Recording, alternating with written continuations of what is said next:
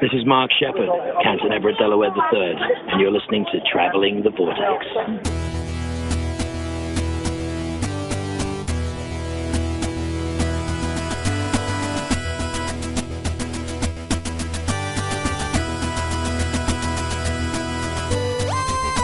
We've joined the Doctor as he travels the Vortex and landed at episode number 78.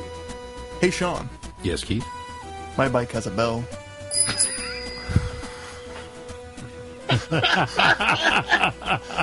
I'm Keith. I'm lost in a tunnel. I'm Sean. And I'm Glenn. That was good. Thank you. Very nice. When I heard that, I was like, oh, that has to be the open. That is the best part of it. Yeah, it was. Yanto had all the good lines. Yeah. Oh, yes. How's Happy everyone? birthday, Glenn. Thank you Belated. very much. A couple days for the Couple podcast. days, but did you have a good birthday? been a 4-day celebration. A never-ending, ongoing, still my birthday. That's right. That was a lot of fun. I had a good birthday weekend. Did you get anything really cool? Did you get Pop-Tarts and milk? I did. No, I didn't get Pop-Tarts and milk this week. Well, I did because that's what I have for breakfast almost every morning. But no, I got. Let's see, I got some gift cards and some money, which I turned around and went and bought a Doctor Who DVD. Oh, what DVD bought did you The get? Demons with John Pertwee, which you Oh, don't you have. mean the Diamons? The Demons, yes. No, well, the now we Demons. can put it on the schedule. Yes, exactly. All So right. that's why I purposely bought one that I bought one that I wanted to get, but I also bought one that was not in that I was pretty certain you didn't and have. the demons are different from the Naimon, right? Correct. Yes. The Naimon Yes. aren't in that one. Right. Okay, because I always No, get the it confused. demons are in that one. The demons are in that, right? The Diamons are in that I one. didn't know if it was a different. Just a reference to the type No, of it was creature not. they look like. And so I got Well, they that. look like Diamons. I got Lego Batman 2. Have you started it? I have started it. What do you think? Oh, it's the best Lego game so far. Of course, we It's say Say awesome. that about all It's of them. awesome. That's because they improve them every It's time. awesome. Except It's for so the fact good. that the characters talk. No, actually, I read that, and I was, and in fact, Keith told me when he played the demo, and I went, and it's because it's all of the character actors from the cartoons. Almost. It's Yeah. fantastic. I will give them it's that. not, yeah, almost. If you're going to make exactly. a Lego, first of all, And it's Steve Bloom, friend of the show, Steve Bloom as the Joker. Yeah, friend of the show, Yeah. Steve Blue. Yeah. Which he does a fantastic job. Yeah. He's just very, very similar to Hamill's Yeah. Joker. Very, very similar. I'll say if you're going to make a Lego character talk, which I'm against because I like the pantomiming, it's cute.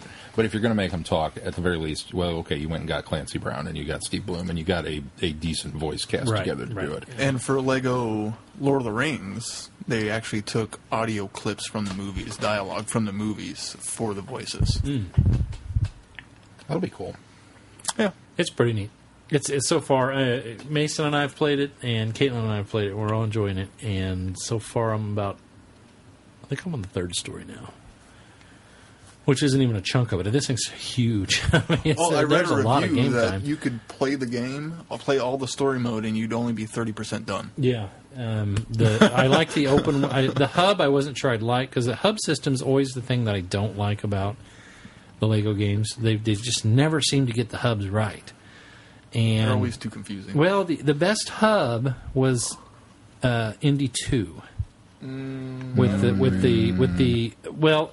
Lego as Star far Wars as as was far Oh, as you mean simplicity, the boxes with this is the adventure you're playing and it's inside this box and you open it up and well, yeah, you're in because the that was the warehouse. stories. But then the hub itself. The hub the was in-world based off hub? of the movies. Yeah, the in-world hub. No, it was just it was was like too big just still. no, it wasn't because it was just sections. I mean, you went into these little areas and it totally made sense. You never got lost in the hub. Everything was laid I out think nicely. I got lost a couple of times. The Crystal Skull hub was huge. You had the Oh, that giant was, ant but it was area, its and you own. had the It was its area, own, wasn't it? Because you Yeah. had the one that was like the three Well, they movies, split Crystal and then Crystal Skull was into its own two hub. Yeah, separate that one hubs. was confusing and long. Yeah, It you're was, right. It was big, and you had that one. Anyway. There was a river. The hub Yeah. system has always been.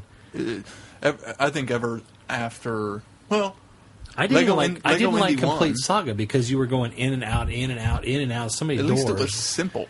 Somewhat, you didn't get yeah. lost in that one. Somewhat. The worst hub ever Harry is Potter no, 1. no. Yeah. It was until I played Star Wars 3. I didn't That's find that one too horrible. Oh my God! You talk about a big hub. You couldn't get lost, but man, it took forever to get anywhere. That's what I don't want. Now I don't want that either. I want anyway, to be able that to being go in said, one room and say, the hub, push this button, go in this door. Here the you hub are. for Gotham for Lego Batman 2 is Gotham City, and it's an open world hub. Well, it looks awesome. It looks incredible, and you drive from here to there to there to there. Well, that's better than walking. But yeah, but it looks incredible, and I'm really enjoying even the open worldness of it. So far, I'm so looking good. forward to playing it. So far, so My good. brain hurts. What else did I get? I got As some do my iTunes. thumbs. I got some iTunes and App Store gift cards for all my Apple needs. Did you get a repair patch for Siri? She's working now. I've actually trained her a bit. Oh, here, let me show you. A friend of ours at We don't work. get to talk about your shenanigans, but I can go to him at just about anything. Watch this. Watch this. Okay. How? Suri, where can I hide the bodies? That's me. Yeah. Where can I hide the bodies? I found 7 places matching height. 6 of them are a little ways from you. Suri, I need to hide the bodies. I can't answer that, but I could search the web for it Oh, if you it's like. totally not working now. Performance anxiety, apparently. Wow, she just does not perform on air. Suri, where can I hide the bodies? I found 7 places matching height. 6 of them are a little ways from you. Well, you stink. I saw. Why Suri, do I how need much this wood again? would a woodchuck chuck if a woodchuck could chuck wood? 42? That can't be right. I saw a post where man. somebody said to Siri, "Why the bleep do we need you?" And she said, "There's no need for profanity." Yeah, she does. If you say curse words, she'll tell you there's no need for it. Explain to me why I need this again. I just can't get her to perform when she's radio shy. She's stage shy. Anyway, and I bought a bike. Finally bought my bike. Really? Yeah, went to Dick's Sporting Good, which I was glad I did, because he sat there and spent about 20 minutes tuning that thing. He actually talked me through which one was the best for me, decided on something for comfort since I was just going to be riding in town for exercise purposes, and so he got me in the right one. You know, we measured up the frame, which one was the most comfortable, pulled it down, he put it up on the rack thing that they use, and he spent probably, well, he says it usually takes about 10 minutes, but because he didn't build that particular bike, there was stuff that he had to go over and correct on the last guy that built it. So he did about 20-minute tune-up before I even walked out of the store with it. What'd you get? Nice. I forget the brand name now. Huffy? No. Or Trek. No. It's Cannondale. No. Keep going. Schwinn. No, it definitely wasn't a Schwinn. I was told to steer clear of Schwinn. Radio Flyer. No, it wasn't. It's not. It's like it starts with an I or a Y. I can't remember. Yamaha? No, it's not. It's not one you probably have ever heard of. But Well, it's you said Yo-Yo-Dine. when we went and played Frisbee golf Saturday, you said you were going to go biking today. Did you? I didn't. Unfortunately, we bought our bike. Well, it I was bought 103 today. I bought my No, bike on Saturday, okay. and well, we had every intention to. I throw out Yo-Yo-Dine, and I get no response from either one of you. What's that? I guess I missed it. Yo-Yo-Dine. You said it starts with a Y. I said Yo-Yo-Dine. There's a joke here. I'm not kidding. Buckaroo Banzai. Yo-Yo-Dine propulsion systems. Yeah, okay, Come on. okay. I'm not as familiar with that Dr. film. Phil's I laughing. love He's the probably film, crashed into a ditch at this point. You guys are sitting there like bumps on a log. Anyway, I've been too busy to ride, so. Well, it was too hot today. I think 103 is I would've- low I for your would've- estimate. I think it was hotter than that. I No, think got I heard it 103 was was 103 in the shade. 103 At one was thermometer. the high today, according to Ask Siri. what I was. Yeah. Hey, what was the high temperature today in Topeka, Kansas? Sorry, Glenn. There's something wrong. Can you please try that again? Siri melted. How hot was it in Topeka, Kansas today? Uh-oh. Something's wrong. Can you try again? I'm going to call it now. Worst invention ever. You know, there's an Android version of Siri. Yeah, and it works. Does it? Okay. I heard it didn't. How about a web search for worst invention ever? Does Siri Your come picture. Siri, I need to hide the bodies. If you like, I can search the web for Siri, I need to hide the bodies. Yeah, I'm not impressed. Wow. And I've seen Siri work properly, and it's cool. I don't know that, but I could search the web for it. Well, she likes to search the web. I How could do much that. wood would a woodchuck chuck if a woodchuck could chuck wood? 42 cords of wood, to be exact. Everyone knows that. Well, there you go. She answered something properly. She's wrong. The correct answer is 0. It's true. Actually, the answer is he would chuck what wood a woodchuck could chuck if a woodchuck could chuck wood. But the answer. the question is how much could he chuck if he could chuck, which means he can't. So the answer is 0. I had an argument with Billy about that one the other day. He still thinks I'm wrong, but I said no. I'm right. What'd you guys do this weekend? I'll go. Pretty low key. We went and got Sarah's wedding ring. Ooh. Yes. And The band. The band. Yeah, Yeah. the band We part. picked it out, and it's going to get sized, and I can get it next week.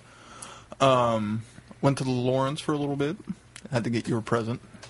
Did you bring me back jelly babies? I didn't. Oh, that's right. That was another Sorry, present. I didn't have the extra funding. I forgot to mention that. Money, but I didn't have a 5. I forgot to list. You didn't know we were even going to Lawrence. I Did didn't. you? Oh, yeah, I did. I told you talked that. about it. I got a list of that in the presents that I got. Keith got me this really awesome Doctor Who book. It's the scripts, Tom Baker, 1974 and 5. Full scripts for the Tom Baker's first season.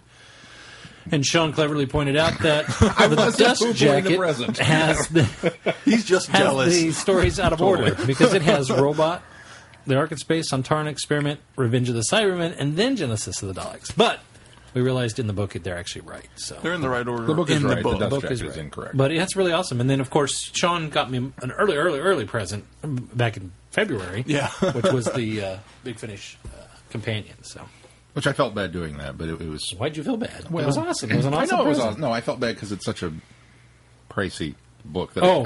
I wish I could have just said, here, I brought this back for you, and Oh, that was no, your no, present because I went somewhere. Which, isn't it weird that when you go on vacation, you bring stuff back for other people? Does It is anybody else weird. think that's a little It weird? is a little You weird. better I mean, put I in do your it all the request time, for what you but- want from That's Mexico. why I'm glad we're all going on vacation next year together. I don't have to buy you guys anything. Yeah, I didn't bring you anything from Galley. Why not? You were there. You Oh, were yeah. there. We are all going on vacation next year, aren't we, Keith? I'm going to try to. I really want to. On Siri, is Keith going with us on vacation? It's not up. There's no reply, Keith. It's not looking good. I'm sorry. There was something wrong. Can you try that again? No, Keith. The correct answer is yes. I'm going on vacation. If I can afford it, we will be. What else did you do, Keith? I know you played disc We golf played last disc night. golf last night. Because I played with you. Started Torchwood For next week. for next week. We went over to Sarah's mom's, and she grilled, and I played with the nephew. Oh, yeah. Yeah. He's really into Avengers and Spider-Man right now. Well, so is my son. So I earlier in the year, he was really into Army Men, and I was always kind of like, yeah, Army Men. Now I can be a bit more excited about whatever he's talking about. And Sarah's been kind of teaching him. And last night, she was like, Audie, what's Captain America's real name? And he goes, Steve Rogers. without a beat. And our Audie is what, 3 now? Yeah, he's 3. Wow. That's pretty impressive. He knows everybody. He doesn't quite believe that Tony Stark is Iron Man. He can't wrap his mind around that yet, but he knows everybody's alter ego in the Avengers, Very except cool. for Hawkeye and I guess he knows Hulk and Cap, but that's still for 3 and never really seen any of this stuff. Oh, He's, sure, yeah. He's picking up on a lot of it. Today we just did some running around, tried to stay cool. Speaking of, I've been on a quest to introduce the kids to a piece of my childhood culture, which is the drive-in. And there are only about 300 and some odd left in the United States, so it's getting harder and harder to find one. But find one I did. Have you heard of the Boulevard in Kansas in City? Kansas City? Mm-hmm. Sure. Apparently, It is a digital drive-in. It's a 4K digital projector with DTS sound that you can tune in through your radio. Mm-hmm. And they're doing a double feature. It's $10 to get in per person, which is a little pricey, but it's 2 movies. It should be which per is not car, bad. But okay. Brave and The Avengers. Oh, wow. nice. Cool. So who's in?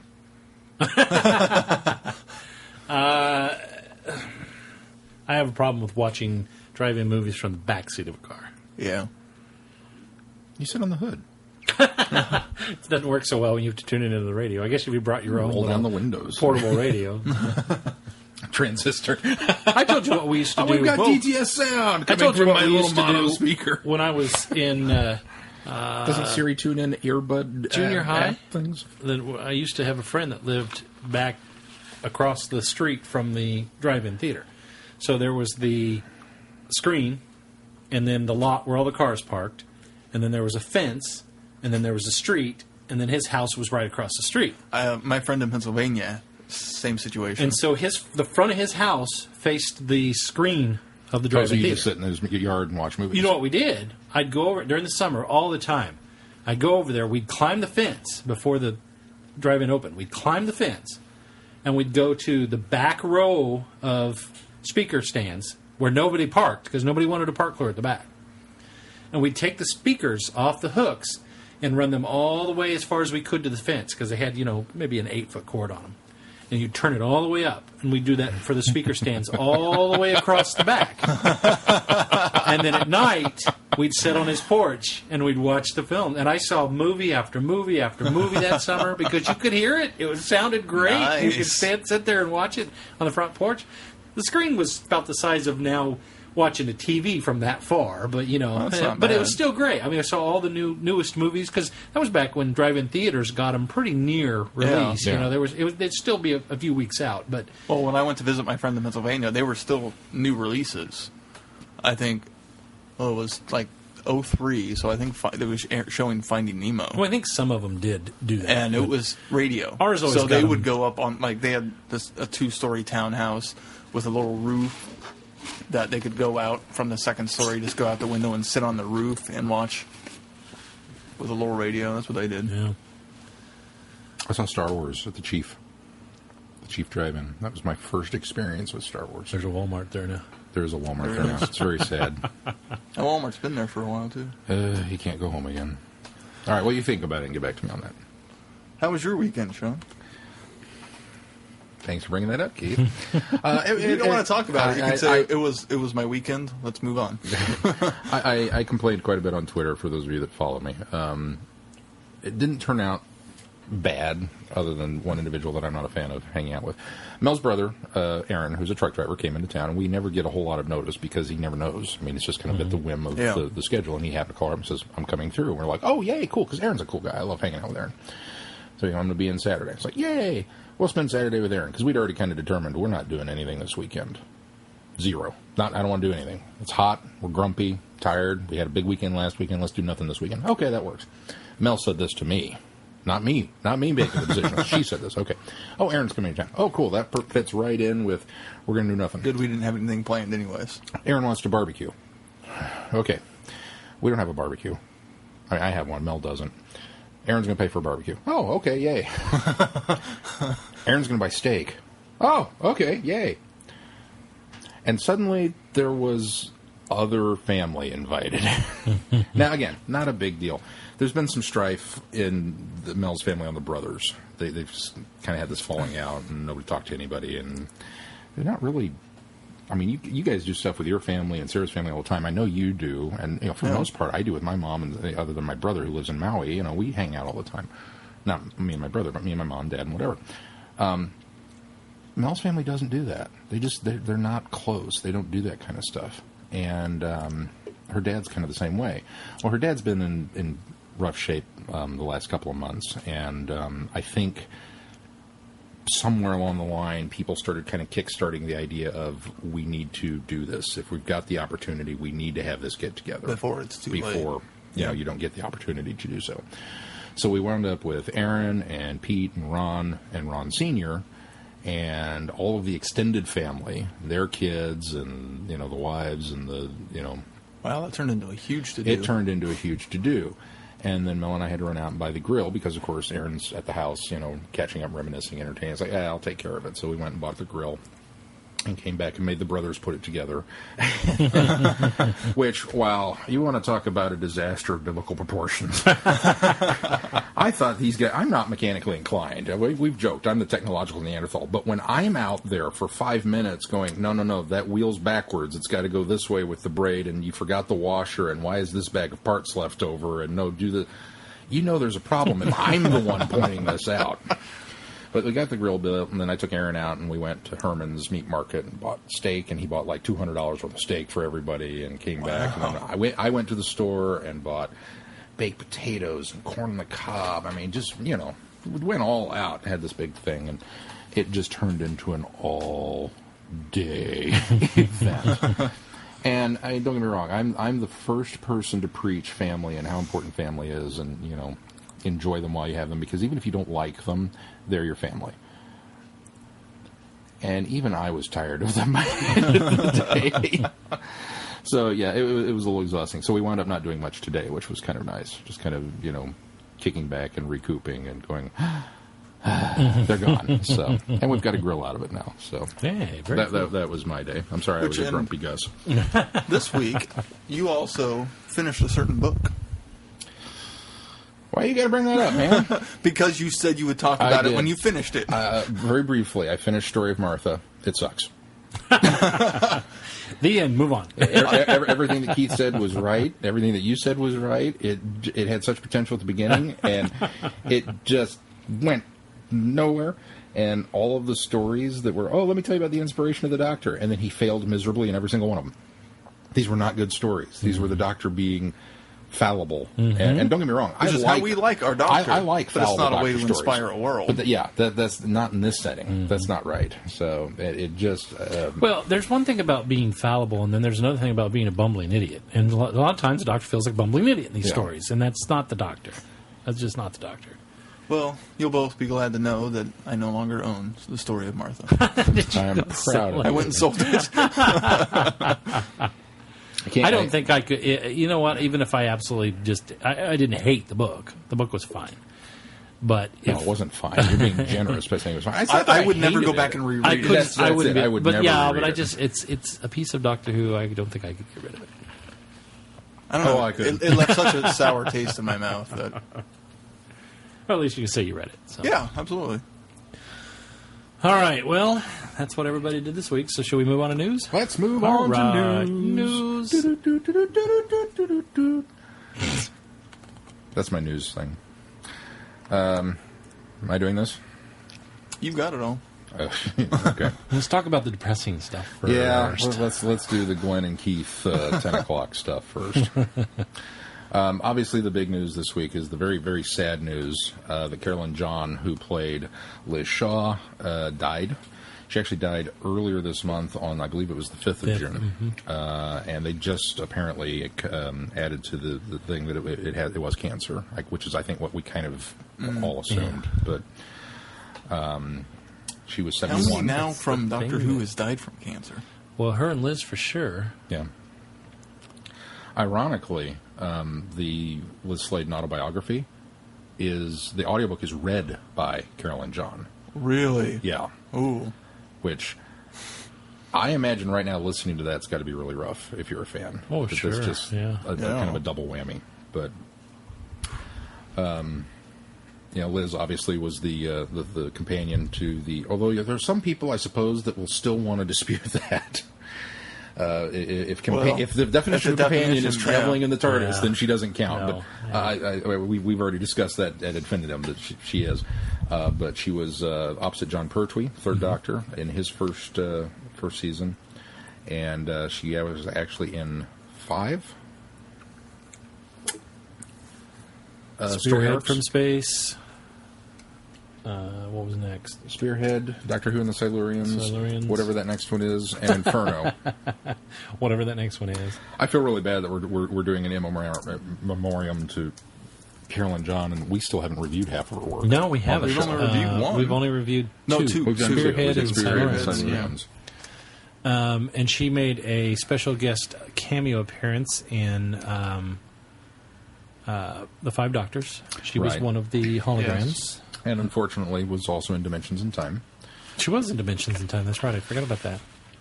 Well, it's fortunate that she was, but it was fortunate unfortunate that she was. Yeah, existed. it was only 4 stories. So, Well, yeah, but they were all like 19 parts each. So yeah, Doctor and the Silurians was 7, wasn't Well, it? yeah, it was huge. She was in And Inferno's 7 too, I think. Is Ambassadors of Death in there? Is that the one? Maybe Yes, that's that the is one. the one. Okay. Ambassador to Death is the third one. So. Which I think is one of the few Pertwee I haven't seen. And I've heard it's incredible. She was in a total of 25 But episodes. We haven't reviewed Ambassadors because it hasn't been released. Yeah, Yeah, no, In fact, it's they're not out working yet. on that one now. I think that's one of the ones That's they're one of colorizing. the- That's one of the Yeah. ones they're colorizing parts of. So, very, very sad news. Another. It is sad. I have to admit that I didn't have the same reaction to her, obviously, as I did, Liz Sladen. Oh, sure. Because I'm not as familiar with the character, but it still felt. Well, there's not as much there. Yeah, that's true. be I mean, familiar with. not as much to be familiar with, but just since my real introduction to Liz Shaw has come in the last year. Through the show. That was my first time watching these particular episodes, other than maybe some fragmented remembrances of catching a little bit of Spearhead in an omnibus early on. So, but it's still disappointing and depressing and just rough. It is. It's sad. Obviously, our condolences go out to her family. And I didn't know she was married to, what's the gentleman's name?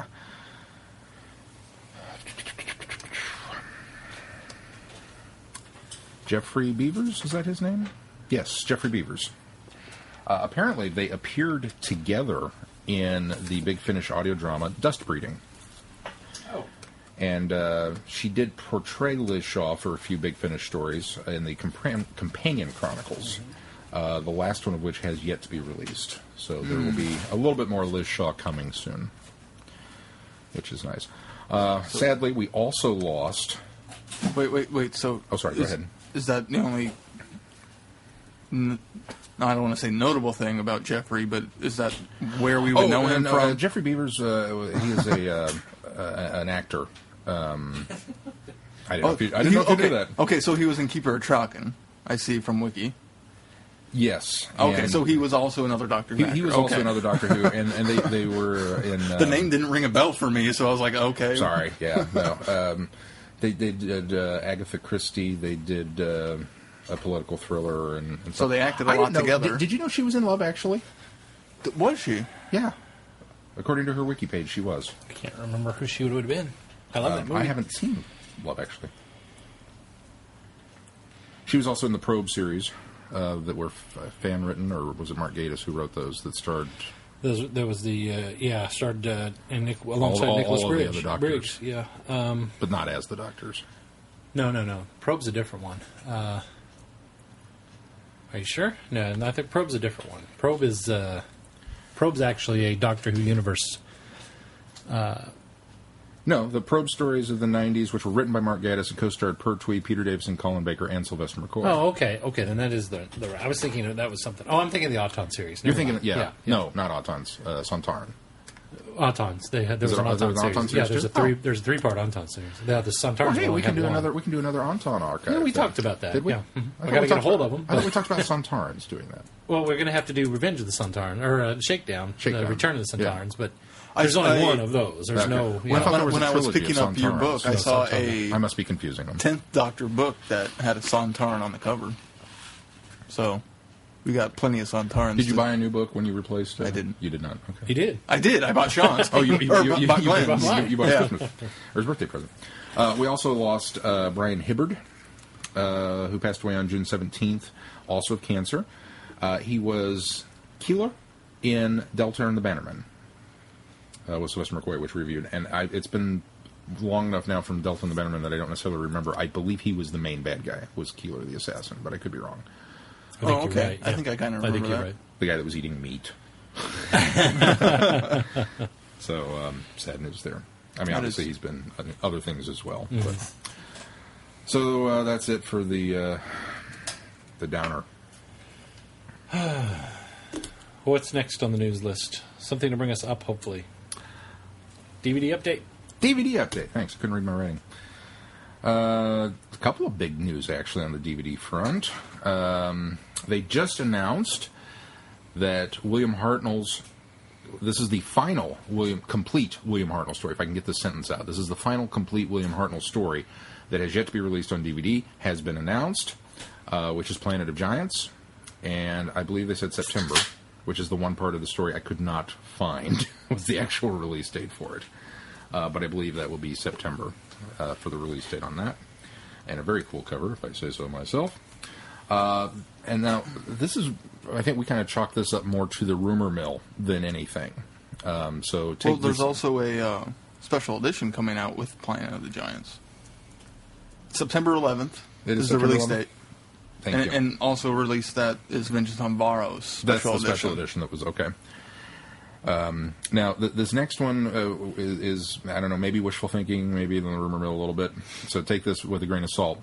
But Brian Hodgson, who is a special sound designer for, I believe, To Entertain, has recently mentioned that he had recorded a commentary for the incomplete Patrick Troughton adventure, The Moonbase. Ooh. It's currently unknown if this is for a reissue of the 2004 Lost in Time collection, which is the box set that has all of the little fragmented episodes from Hartnell and Troughton's era. Yeah. And are they reissuing it because they found these extra two pieces? Or if this audio commentary is some sort of special release for the story with an animated reconstruction of missing episodes 1 and 3. Now, he also mentioned that he did a commentary for Fury from the Deep.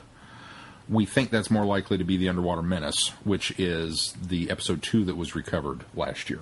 So that leads me to believe it's probably not an animated...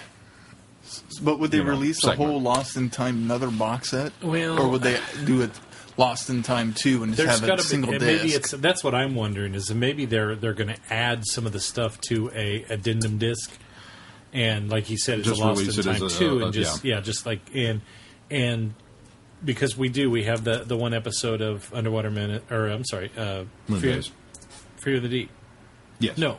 Well, Underwater Minute and the Moonbase are the two pieces. Yeah. And then Moonbase, and then I mean, they still have stuff that didn't make it on Lost in Time because they're holding out on those.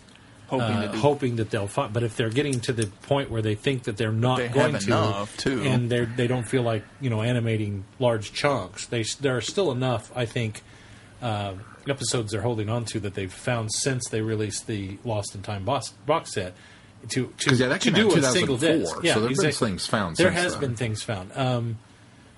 We know that they're doing Reign of Terror, and they're animating the one story in that. I think they'll hold the Lost. 10th Planet. We think they'll hold that, and I'm assuming they'll animate that last part of that. There's no reason not to on that. Yeah. Oh yeah, that's only the 4th episode. So I mean, there's stuff they're. And Reign of Terror is not on here. Yeah, so. Exactly. There's stuff they're going to clearly hold on to, but there's also stuff that they're going to. I mean, if they've only got one or two pieces, they might as well put it on another disc and release it that way. Yeah. So if you're asking me, I immediately jump to the hooray! We're going to get an animated Moonbase. No, probably not. I really think To Entertain wouldn't have sat on that this long and already recorded the commentary for something they're in the middle of animating when they probably just recorded commentary for Reign and Terror if they did anything, and they're still animating that. And they announced that a year ago. Yeah, I mean, there is obviously no animation done on Moonbase yet. Right. Zero. At least none that's been announced. I could see them going, okay, now that we have found this piece, we're okay with animating 2 segments and going to make the announcement, but it still seems odd that you would record the auto commentary for it this early. Right, so exactly. I'm leaning more toward it some sort of Lost in Time collection. Yeah, I mean, that's the point. Yeah, that's true. I mean, you don't want to record a commentary on something until you can actually see it. Yeah. Well, he didn't say he was recording it for the whole story. He just said he was recording it for... Well, that's true, yeah. He could have just recorded... He could have been in the studio and they could have said, hey, could you do some commentary for this? Yeah. I mean, that's not uncommon. That I still lean to the fact that it's a Lost in Time compilation. I would agree. But we can hope. Yeah. But we can hope. Did the Lost in Times do bridging narration? No. They would just here. This is what it is. Here's this episode. Yeah. There's some of them that had some setup. Yeah, and then they did they give some resolution? If it's No, they're very minimalist about it. They just said, this is the episode that exists. You know, they pretty much leave it up to you to It's not in any way, shape, or form Yeah. an attempt to recreate the story arc. not It's at all. just, Not at here's all. the one piece of this that remains. Right. They'll give you a brief overview. I've only watched a couple, but they'll give you a brief overview of what the story was about. But there's they aren't trying to build around it at all. Yeah. So. All right, and then our last bit of news is... Monsters escaped from the Doctor Who experience this week. According to... Oh, God, we're all going to die. Where is this coming from? This is from the DoctorWhoSite.com. No, yes, DoctorWhoSite.co.uk. Monsters run amok through Cardiff, Swansea, and Newport. 5 monsters escaped from the Doctor Who experience in a dramatic breakout this morning. This is dated June 21st, 2012. At 8 a.m., there was a loud explosion within the building, and a Cyberman, Ood, Silent, and Scarecrow were caught on camera fleeing the building. There was a Dalek caught on camera, too. The escape is believed to have been masterminded by one of the Daleks, who have recently relocated to the new Doctor Who experience in Cardiff. They're the only one that could blow a hole in the building, unless the Cyberman had his gun on him. Paula Allock. Head of exhibitions for BBC Worldwide, was holding a press conference when the explosion took place. In a statement, she said, quote, "If any members of the public spot the monsters in Cardiff, please do not approach them yourselves. They are extremely dangerous. Please report your sighting to us on the Doctor Who Facebook page to help us track their movements so that we can ensure they are returned to the Doctor Who experience." End quote. When asked if this would cause a delay to the experiencing opening on the 20th of July, she said, quote, "Absolutely not. We will have the monsters contained and back in place, ready for our official launch next month." That's cool. So, It's kind of a fun campaign, and It's it'll very fun, very, drive very some cool awareness for it. any of our listeners in the UK see them out and about, snap a picture and send it to us. That's right. We'd love to see it. Pictures of monster sightings. That would be so much fun. So, and then report it to your Facebook Yes, page. right. Exactly. us first, then Us Facebook. first, then Then the Doctor Who That's how it experience works. Facebook. Let's get the Us pecking order first. down. And then the Doctor Who experience. Isn't that what you guys are reading from it? They're going to be at different spots throughout the city. Yeah, that's Throughout what the I month. guess. Well, they apparently some of the photos that have been coming in, like one was at a train station. There was silent out. There was How the much Dalek fun was would outside that be the, for those people? Go monster hunting. Well, I'm sorry, just to be realistic, for the monsters. Oh, yeah. To the people, in I'm the going to go put costume. on a suit and go be on a street corner for a couple of hours Yeah, today and get paid for it. exactly. How cool is that? Exactly. Well, the Dalek was out in front of the Torchwood Hub, whatever that building is. Oh, And then Millennium Center. the Millennium Right, Center I at think- Cardiff Bay. And then I think the Cyberman was spotted actually riding trains around Cardiff. So See, how fun would that be? Just, okay, go get your costume on and just go have fun. did they give you pocket change for that? Do you have to pay for that out of pocket? I wonder. Maybe they give them that. Maybe in Britain, or in Cardiff, they've got the swipe They card. probably do have the swipe Yeah, card. probably. Because Metro where card. do you keep loose change in the Metro Cyberman costume? So he probably had to walk around with it in his, Hand. his gun pocket or something. So fun stuff there. Yeah. That is really cool. Well, as we told you last week, Philip Malkin was at the 11th Hour convention in Birmingham last week. And, Not Alabama. Right, not Alabama, as Keith keeps pointing out. He was not in the United States, he was still in the UK. And he attended day one and was able to go back for the next day and sent another report for us this week. So we'll read that to you now. He says, "Sorry I couldn't write last night. I had one of those frustrating nights on the phone with the bank listening to lift music. Hope you can still use some of this in some way. But what a brilliant day, all very relaxed and as well organized as the previous one. Massive congratulations to the organizers for bringing such great guests and to such an event and have it all run so smoothly. Everybody got their photos and autographs in good time, and everything started when they said it would. I'm having morning coffee around 9:30 a.m. Matt Smith walks past my table. Thank God he's turned up. He walks exactly as he does on the show and at the same speed. So he's pretty much running. And occasionally falling down. At some point soon after this, he snags his hand on a guest's coat and cuts his finger, wearing a plaster on it for the rest of the day. He clearly has that reputation for clumsiness for a reason. 11 o'clock photo session. Matt is great with us all. We have only a brief moment, but Matt tries to personalize each of them, is full of positivity and absolutely charming with the children. My picture shows my face to be a distinct mixture of panic and pride. Matt looks less proud, more affable, and not at all panicked by meeting a man who probably knows a lot more about the revenge of the Cybermen than he does. My wife likes the right-hand side of the picture very much. Yep, I'm the left. 12 o'clock, autographs. Energy levels still up, a smile, a word, a flourish of the pen for each guest. This is an actor who is now completely comfortable with his role and the demands that go with it, and seemingly coping so well, even solo. 3-ish, I'm at the bar. I haven't been out for 19 months, young twins, remember, with some of the fantastic people I met over the weekend. Matt walks past, quiet, slightly hunched. Has the morning started to take its toll? 10 minutes later, he walks back the other way. Hi, someone cries from our table.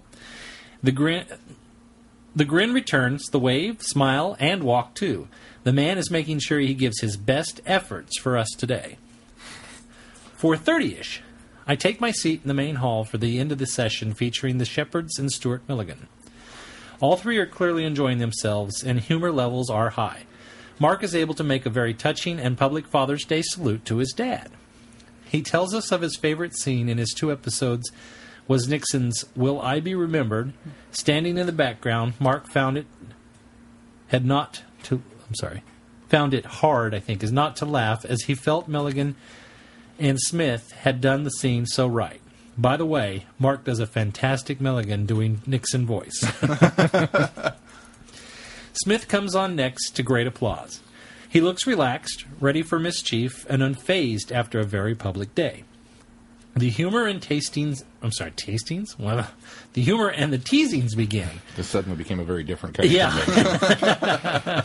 On national TV, Matt has, for me, sometimes appeared slightly nervy, slightly awkward, and aware of the expectation upon him, certainly at the time of the first series. This is a playful and very confident young actor in front of us, clearly, genuinely enjoying himself and appreciating this time with the fans. Once again, he is brilliant with the kids, almost falling into the doctor role in his answers. For example, do you really like fish fingers and custard? Of course, had it for breakfast. When asked what monster he would like to play, he immediately answered his favorites are the Weeping Angels.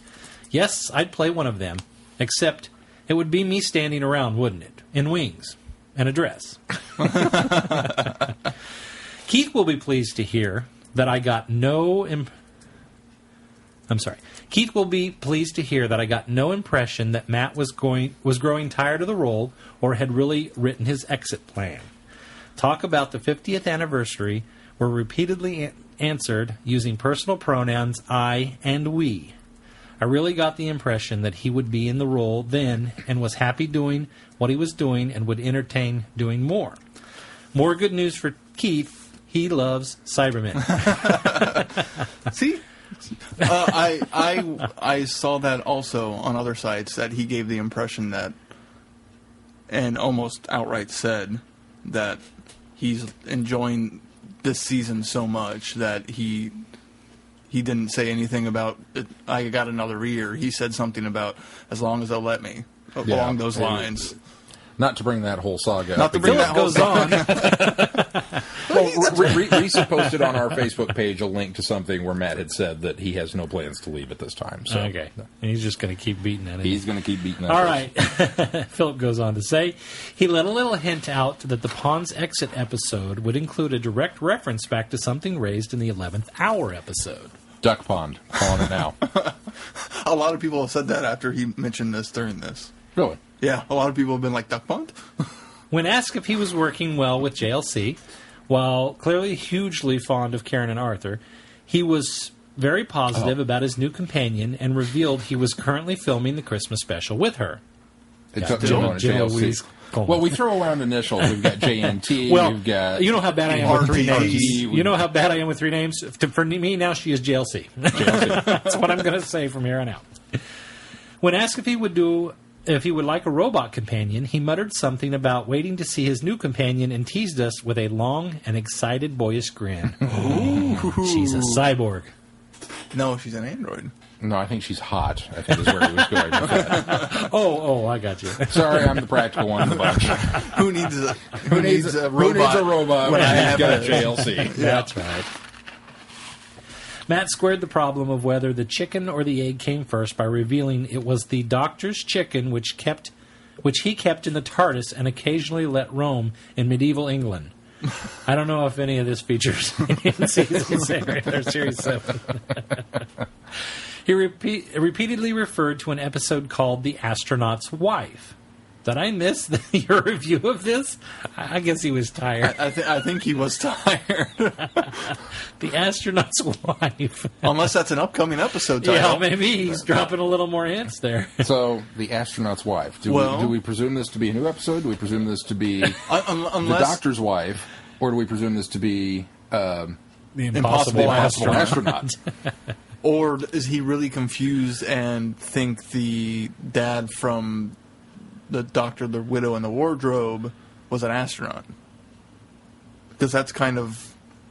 I don't know. I'm stretching. You are stretching. And he explained what he was imagining when he opened the Doctor's hotel room in the God Complex.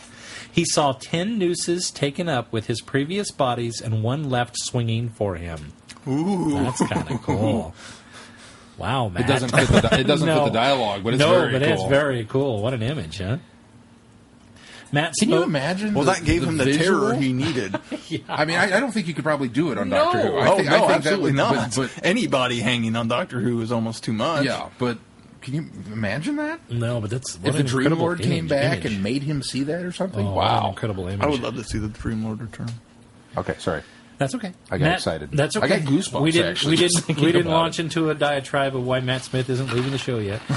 Matt spoke for over an hour, exuding charisma and enthusiasm, and I was delighted we were able to give him a warm round of applause to make him realize what he does in studio in Cardiff generates genuine love and appreciation months later when it is aired all over the world. I send you the usual blurry photos. Technology does not work for me, whether I am in front or back of it, and we only had a few minutes at the start to take of the talk to photo. Again, hope this can go on your page, if not in time for the podcast. Won't be offended if you don't use it. Hope you can read it because I'm having to write fast. Thanks for your tireless and constantly entertaining podcast again. Aww. Phil M. Thank you, Phil. Thank you so much, Phil. We are incredibly grateful for your coverage of this because this is terrific information. It's something that we ourselves couldn't experience, and I feel like I've experienced this convention through you, and we certainly appreciate it. And we will post these pictures. These pictures are great. Blurry and all. No, they do they look fantastic. I can't believe this is close to Matt. 2 of Matt Smith. So I mean, he's only like, what, 3rd row, maybe 4th? I mean, he's really close to him here. I don't know. Yeah. I punched the first one and downloaded a Dalek, so hang on a second. I'm going to the second and one. the Dalek is cool, too. Yeah, the Dalek is an old school Dalek. Okay, well, here's Shepard. Morgan and Nixon. Keep going. One more. I know, I'm getting there. You guys must have went backwards because they're attached to this we're one. on computers. We're on computers and they load automatically. Oh, yours is... Well, okay, but you skipped to they're in... Oh, wow. No, I just scrolled down. Well, yeah, but you went right to them. See, but I can't. They automatically load it's on the it. same thing on mine. I had to load each one of them in. They're in that order. You guys just skipped ahead of Matt. Explain to me again why I need this. You just skipped ahead. No, we just had better processing power. Wow, these are very close pictures to Matt. He looks great there too. Terrific. All right, well, we'll quit talking about pictures that our listeners can't see. We'll post those on our website so that you all can see. They can gaze at them on the website while they listen to this bit. There you go. Go to Unless, the website. Of course, you're right doing now. it from an iPad. You shouldn't have to wait for it to load. Oh, Keith, I got my scorecard. Oh, good. See? It helps when I type your email address right. When you get it right. Oh, look. And I did. I got a 54. All right. Sorry, that was our disc golf. 54 is not too bad. Well, that's in 9 holes, so. Don't make fun of him. No, I didn't say anything. I can't talk because you were playing at Crestview, and I'm on a continuing quest to hit every single tree in that park. So I think I've only got 3 left. That's going to do it for news. Now let's move on to feedback. Feedback. We've got some feedback. That's the Spanish version. I feel like I'm in an art house. Our first bit of feedback comes from our writer friend, Robert Collins. Hi, Robert. Comment, question, hello. I wanted to drop you a quick note. This past weekend, I was at Soonercon in OKC. Hello is not really much of a comment or a question. He told us Robert. he was going to Soonercon, didn't he? Yeah, he said he was going to be there. Saw more than a few Who costumes there. I was able to take a picture of 2 of the Whovians in costume along with 2 boys. One was dressed as 11. The other was dressed as a TARDIS, complete with a hat that lit up. I think they were brothers. Their mother was in a Dalek dress. I have a photo on my Facebook page in the Soonercon album. If you'd like a copy for the Vortex website, let me know, and I'll send you the file. And I forgot to send Robert. I'm doing that right now. Okay, good. I was going to send Robert an email this Robert, week. if you don't see our email and are listening to this, yes we'd like the picture.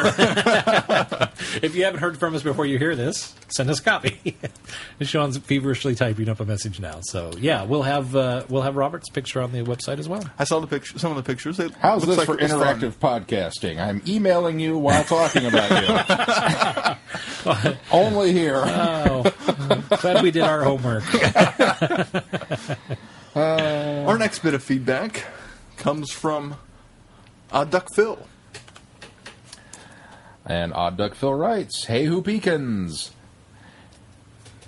Remember, we're keeping a part of this out. I got that. Don't flash Just reminding you. Don't flash your gang signs at me on the podcast. He's doing sign language over here. Remember, I think I'm supposed to steal third. No, let's go home. Go home. So you want me to read it or not? No, wait. Don't still third. Don't go in. Mr. Coffee, what? Hey, Hoopikins. Checking in before I fly to Florida tomorrow. Monday's the big day. And then it's a week in Orlando for Disney, Universal, and the Blue Man Group. Wait, Monday's what big day? You know, it took me a minute to Is he getting read married? this. Well, yeah. Remember? Well, I remember he was engaged and all that, Yeah. but I didn't realize the wedding was already here. He's here. Here's a funny thing. Get out of here. Apparently, typing Monday's the big day automatically translates in Phil's mind that I should know what he's talking about. Because I read his email, and then I saw his Facebook post that he's getting ready to leave. And then I talked to him. He called me like at 8 in the morning on Saturday or something, and we had this pleasant conversation. He's like, well, I've got to go. Well, half of the conversation was you waking up. I'm certain. No, of that. I was actually up. Oh. Well, Aaron was coming into town. We had stuff to Oh, do. So, gotcha. you know. So, You had to go buy a grill. I had to go buy a grill. They had to feverishly clean the apartment for company. Bang. Don't tell Mel I said that. You didn't. I did. I know, but don't tell her I said that because you're 100% right, and that- she'd kill me if she found out that I. That's what happens when you have last minute company. Last minute company, we better clean up. Yeah. But anyway, so we had this wonderful conversation, and he's talking about, you know, we're going to Orlando and we're doing this, and you know, he's going with the soon to be Mrs. Odd Duck and and Xander, her son, and they're going to have all this fun. And so, of course, I launch into my. Her son's name is Xander? Xander, yeah. I like that. I said, while you're there, make sure I'm you assuming do that's this. a Buffy reference. That's a very cool name. Sorry, go ahead. At least it's not lost. At least you can do it. So I immediately launch into, oh, well, while you're down there at Disney World, make sure you do this ride, and if you can get over to Universal, blah, blah, blah. And he's like, well, yeah, we've only got so much time because of, the big day. I'm like, okay, yeah, I'll talk to you later when you get back. Have a safe trip, blah, blah, blah. And literally like 5 hours later, in the midst of this family feud environment that I'm thrust in the middle of later in the day, it dawned on me, it was like, he's going down there to get married. Like, it just... I'm such a horrible person. Is he getting married at Disney World? Yeah. Oh, that's awesome. At Disney World? I believe so. Oh, that's really cool. That is awesome. And it didn't... I didn't Maybe wish him... in the UK square with the big pillar thing. I don't think no, they're no. going Invasion. They're not going to. Monday's the big day, and then it's a week in Orlando for Disney. So they're Universal going to Blue Man Group. Florida Supposed to be get married. Well, but he was jumping on the plane Saturday. It was probably a beach wedding. It's probably going to be a beach wedding on Monday. Why Well, go whatever. to Florida if Fill you're not going to us go on the in. beach? We want pictures. Yes, and everything. absolutely. Yeah, so I'm Just a horrible congratulations. person because I didn't wish him and- congratulations or ask how the bride-to-be was. I just said, oh, but make sure you ride Terminator 2 3D. So, what a schmuck I am. So, yes, Phil's apparently having a big So day. congratulations, Phil. Congratulations, 'Cause you'll have been Phil. married at this point.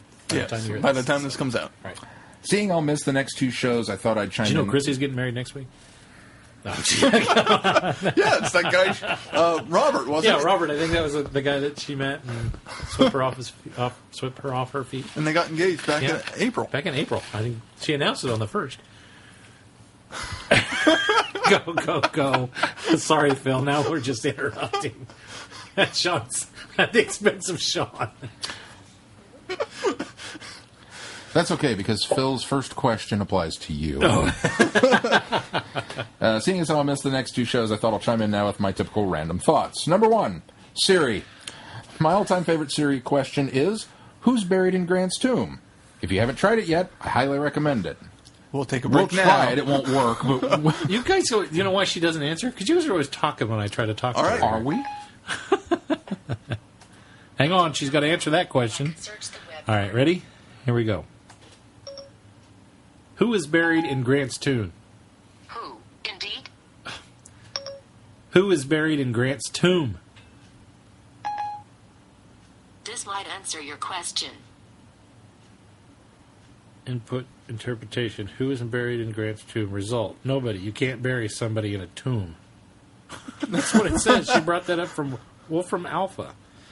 Grant and his wife are entombed there. However, this riddle was popularized by Groucho Marx on the game show You Bet Your Life. Do you like that, Groucho Marx? That was pretty It wasn't bad.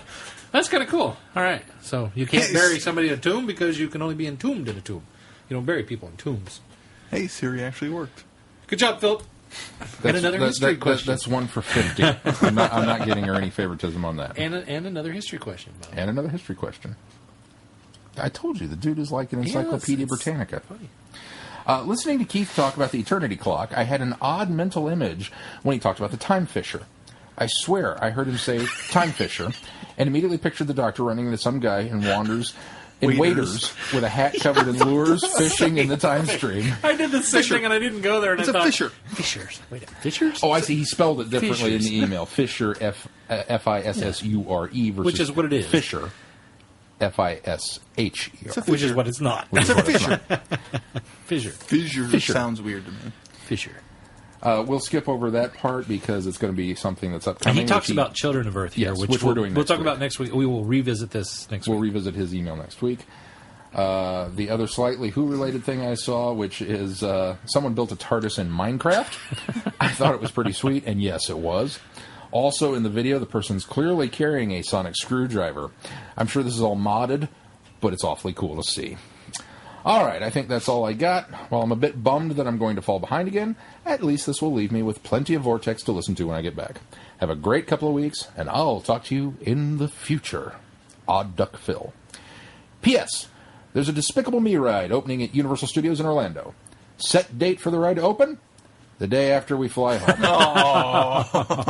Which is really too bad, because Phil, Despicable Me is among his favorite movies of all time. It just really skyrocketed up there, and he was so jazzed to hear that, and then got the news and was devastated. That's- Which sucks. That's disappointing. nice. Well, we'll put a link to the Minecraft video on the website as well, so that our listeners can take a look. Sweet.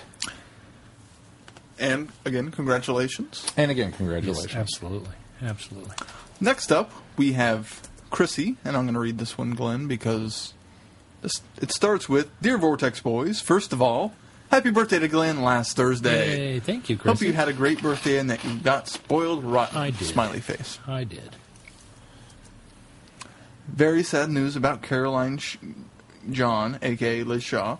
First time I saw her in Doctor Who, I thought she was a wonderful companion, and I was sorry to find out that she was only in 4 stories. The best thing about Liz Shaw was that she could be the well-dressed, good-looking companion while still being the intelligent scientist. She wasn't just eye candy. She could hold her own as a part of units, and she was a great role model for girls without anyone having to make a big deal out of it.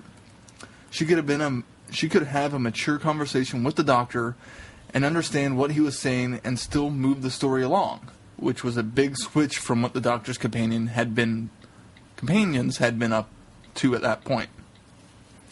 I enjoyed her role in units and her relationship with the Doctor and the Brigadier.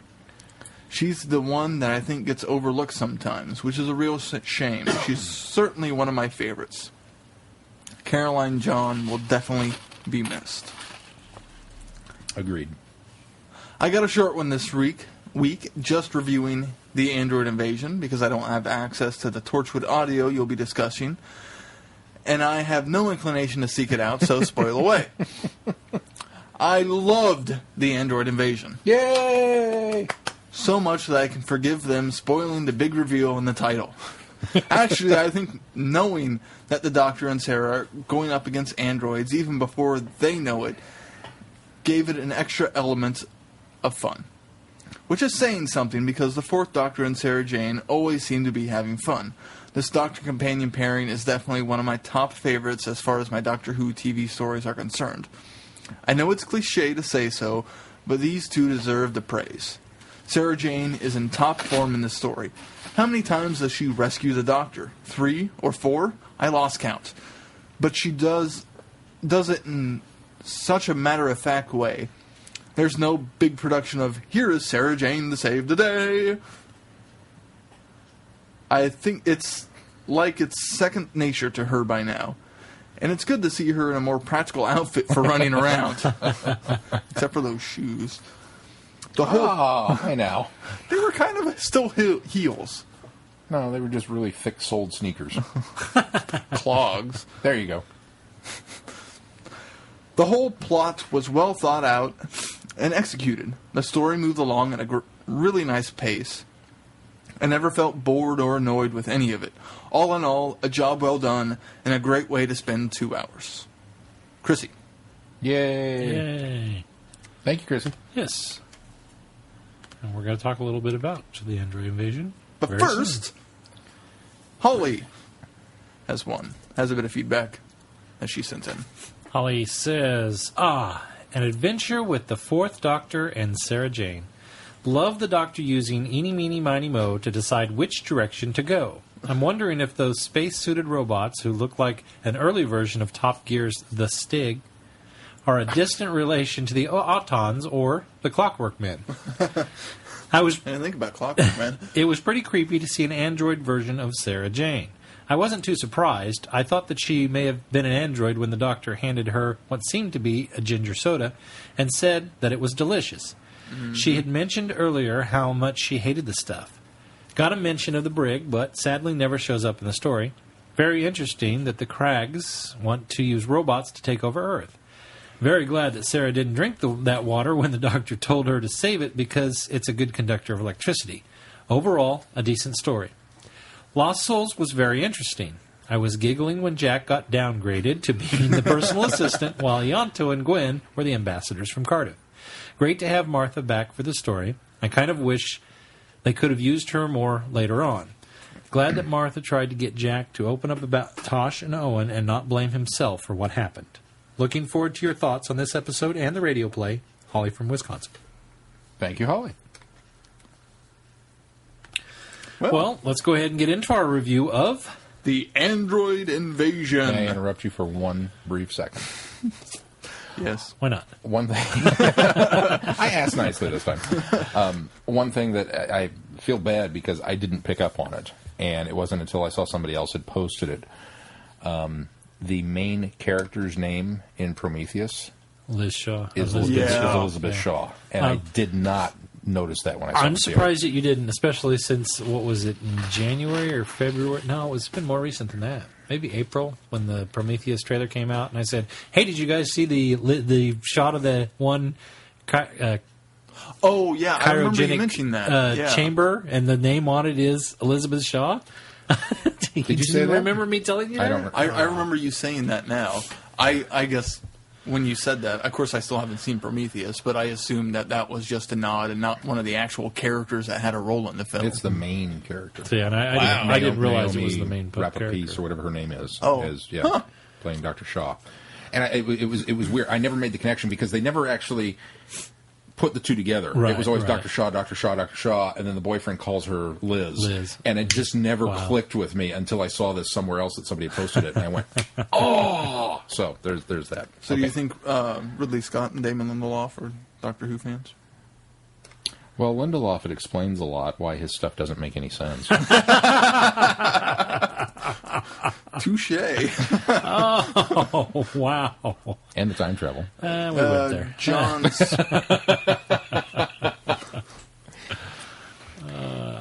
We really need to get a rim shot machine.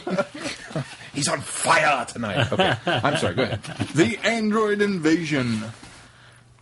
When the TARDIS lands in the sleepy English village of Devasham, Sarah thinks the Doctor has finally got her back home, but all is not as it seems. The village is unusually deserted, and deadly white-suited spacemen patrol the countryside. When the dead begin to come back to life, the Doctor decides to contact units, but the unit friends are also dangerously changed. Who is Senior Defense Astronaut Guy Crayford, and why is he in charge of units? Who are his true masters, the Kralls, and what insidious plans are they concocting behind the scenes? The Doctor soon discovers the invasion of Earth has already begun, and if he doesn't stop it, mankind will be utterly wiped out. Dun dun dun! Yeah. Don't even. No. It's a really enjoyable story. It is. It's an enjoyable It's a story. lot of fun to watch. I don't know why it's your favorite. It's not my favorite of One all of your time. favorites, It's but, just one of my favorites. I It's don't know. I don't know why it's one of your favorites. It's enjoyable. It's enjoyable, but it's pretty run-of-the-mill Fourth Doctor and Sarah Jane. I mean, it really highlights their relationship. That's some of the best parts of this. Yeah, and they've got great chemistry, as they always do, but the story is just kind of there. It's just kind of meh. Nothing spectacular. Nothing. I agree with Chrissy that exciting. it has great pacing. It paces okay. I was really It does surprised pace okay. that we were out of this fake village by, what was it, mid-episode 3 or end of episode 3? Or was it even sooner? I think it was... Well, no, I It think was shortly after episode... It was towards the end of episode 3. Because the cliffhanger of 2 was the android Sarah Jane. Yes, that's correct. And so, by that... Yeah, it was like mid that they get off the planet. Midpoint is when they use the matter bomb to blow it up. And then we got an episode and a half dealing with other things other than what was set up. Yeah. And for Doctor Who, that's fairly uncommon. That's true. That's very true. This gets huge points for me on that. Yeah. I thought the Kralls were interesting. And the fact that the Kralls were a good monster. Were a good the masks monster. may not have been that great, but I thought the masks were fine. I mean, they were typical masks for Doctor Who villains. I mean, monsters at the time. Yes, I'm playing Draw Something while we're talking. Really? Yep. and how they were manipulating Guy Crawford, I really appreciated. Although, as Sean pointed out afterwards, really, did he never just take the eye patch off? Did he shower with it on? I thought the same thing. Has he showered? On. Really? This guy doesn't know. I'll wait to get into it until all right. You guys are done. I'll hold my tongue. And there are a few small plot holes in this story that I can. Small. There are some plot holes in this story. But because it's so enjoyable that it's easy to overlook them. There you go. I would agree with Same that. Same thing with City of Death. It's so much fun. That's my reasoning with City of Death as well, is that it's such an enjoyable story that you just kind of overlook some of the flaws and blemishes of it.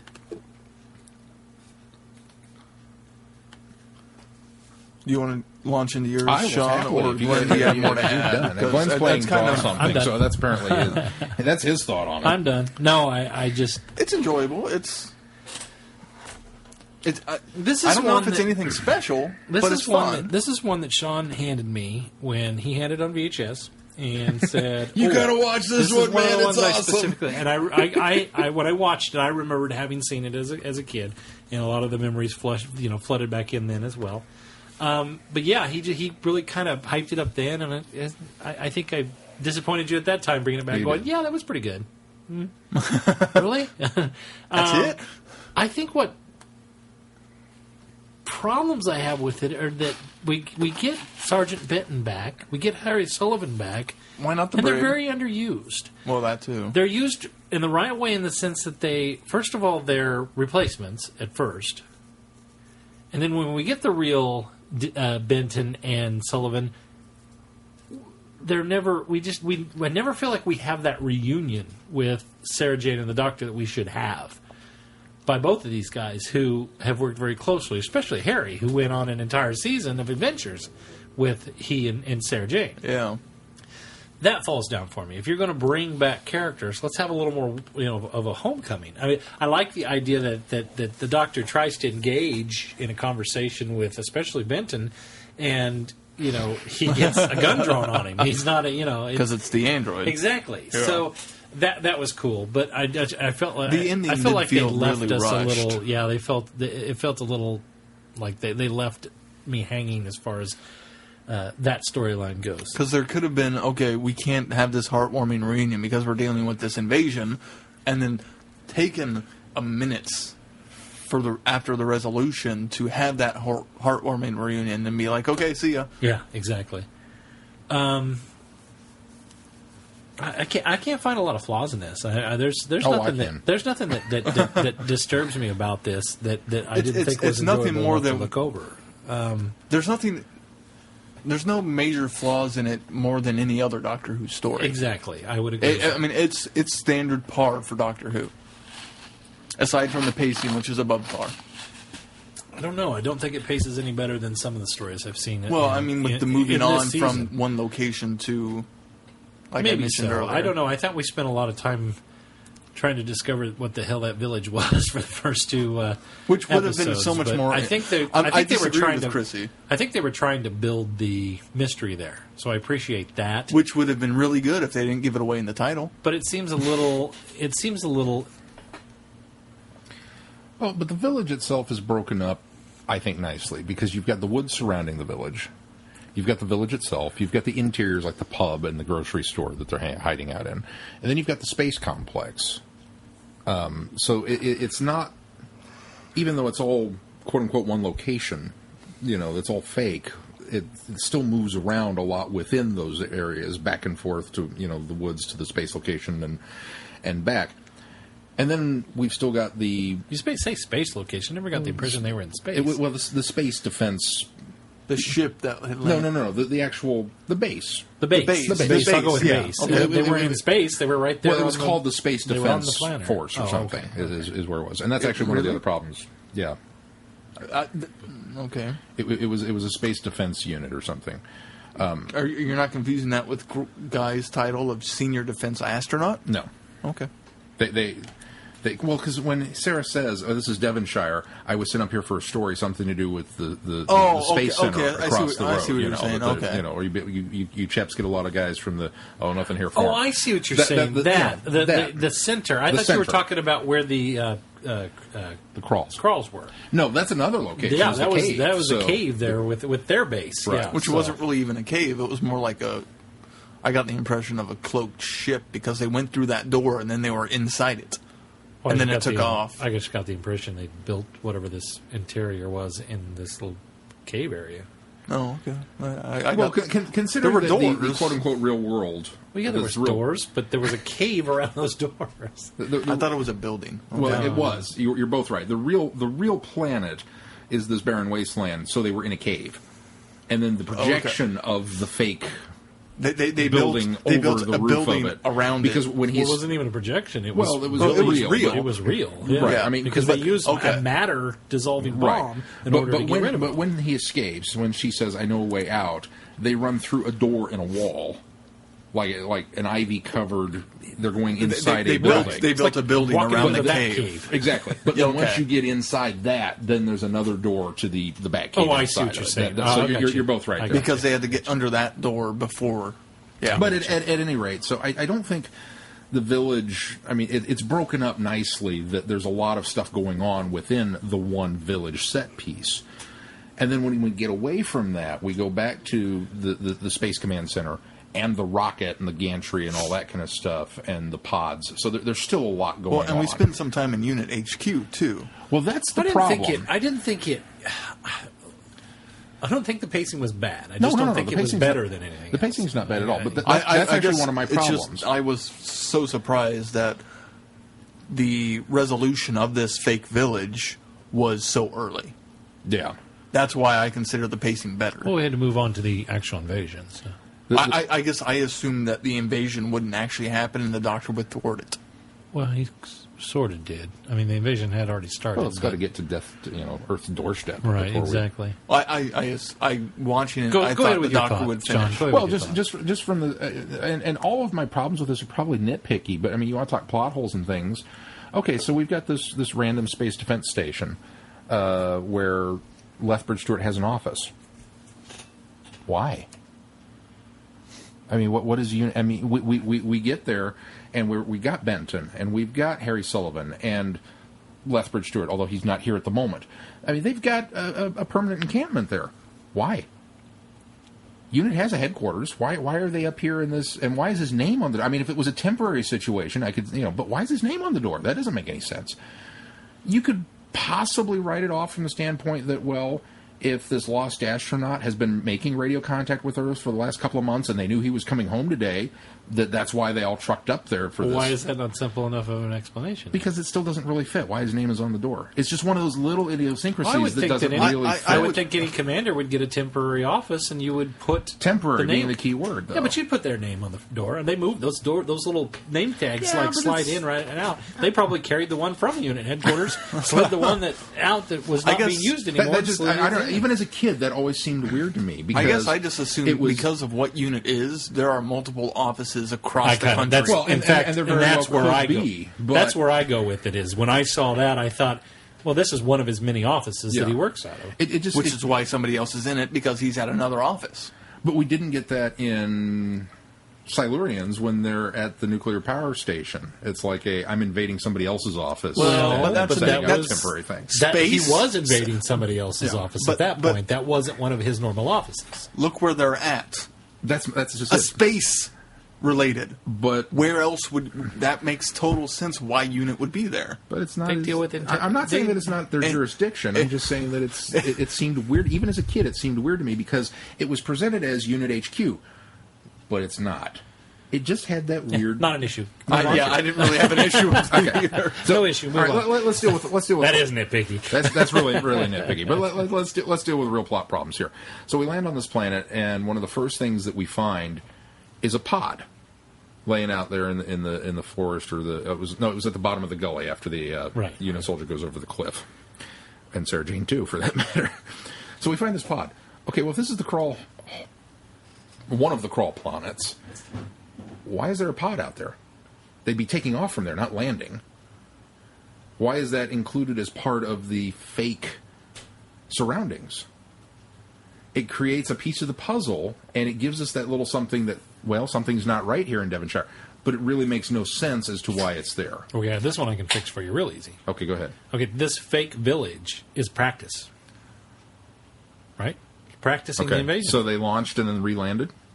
Sure. I mean, you when you practice something, you do war games from complete launch. I never thought of it and that so way. You're going to have pods laying around on Earth after this invasion happens. You got to make sure your landing points are correct. Well, I don't even think it's so much that. You just have to have a starting point. So there's going to be pods, so you put the pods where you initially are going to land them, as Keith is trying to allude to. Yeah. And then you start from that point. I don't have a problem with that at all. And then you truck everybody else in. Once I discovered that the village is fake and it's like practice for the android invasion, that totally made sense why the pods are there, because they would be there in the invasion, after the invasion happens. And then you truck everybody else in for an hour. Well, the people they're trucking in, though, I get the impression is they're placing them right in the village as villagers. So some are the androids that are infiltrating. Some of them are androids that are just a separate part of the war. Right, the androids that are just taking the place of people. In fact, that's why when they walk in, and then the thing dongs, and then they resume into Right, like they're as though they're being being activated they're, at that they're, point. their particular purpose is to be the humans that would be in that pub at the time. So you've got two different things going on, but androids are having to play all of them at this point. Okay, so the Not an issue. Move on. the space defense. Well, this force. episode's getting much better. It is. The more he goes. That's what I was just thinking when I kind of giggled when you were giving your explanation. Was that For somebody who thought this episode was mad, he's really defending it. no? It's for somebody who loves this episode so much. Picking We're apart, defending there's it. no problem with We're it. defending it to him. The guys in the white suits and the motorcycle helmets, Marty McFly's. the Marty McFlys. Why, if this is a war game and you're practicing, why are they there? Well, they were getting people into position. They are the ones. They're because they're white and they're neutral. They're non-players. They're not the invading androids. they're- They're but also they're not not the Kralls. citizens. Well, but They're androids. I get the But impression they're- that the Kralls are working from an observation post.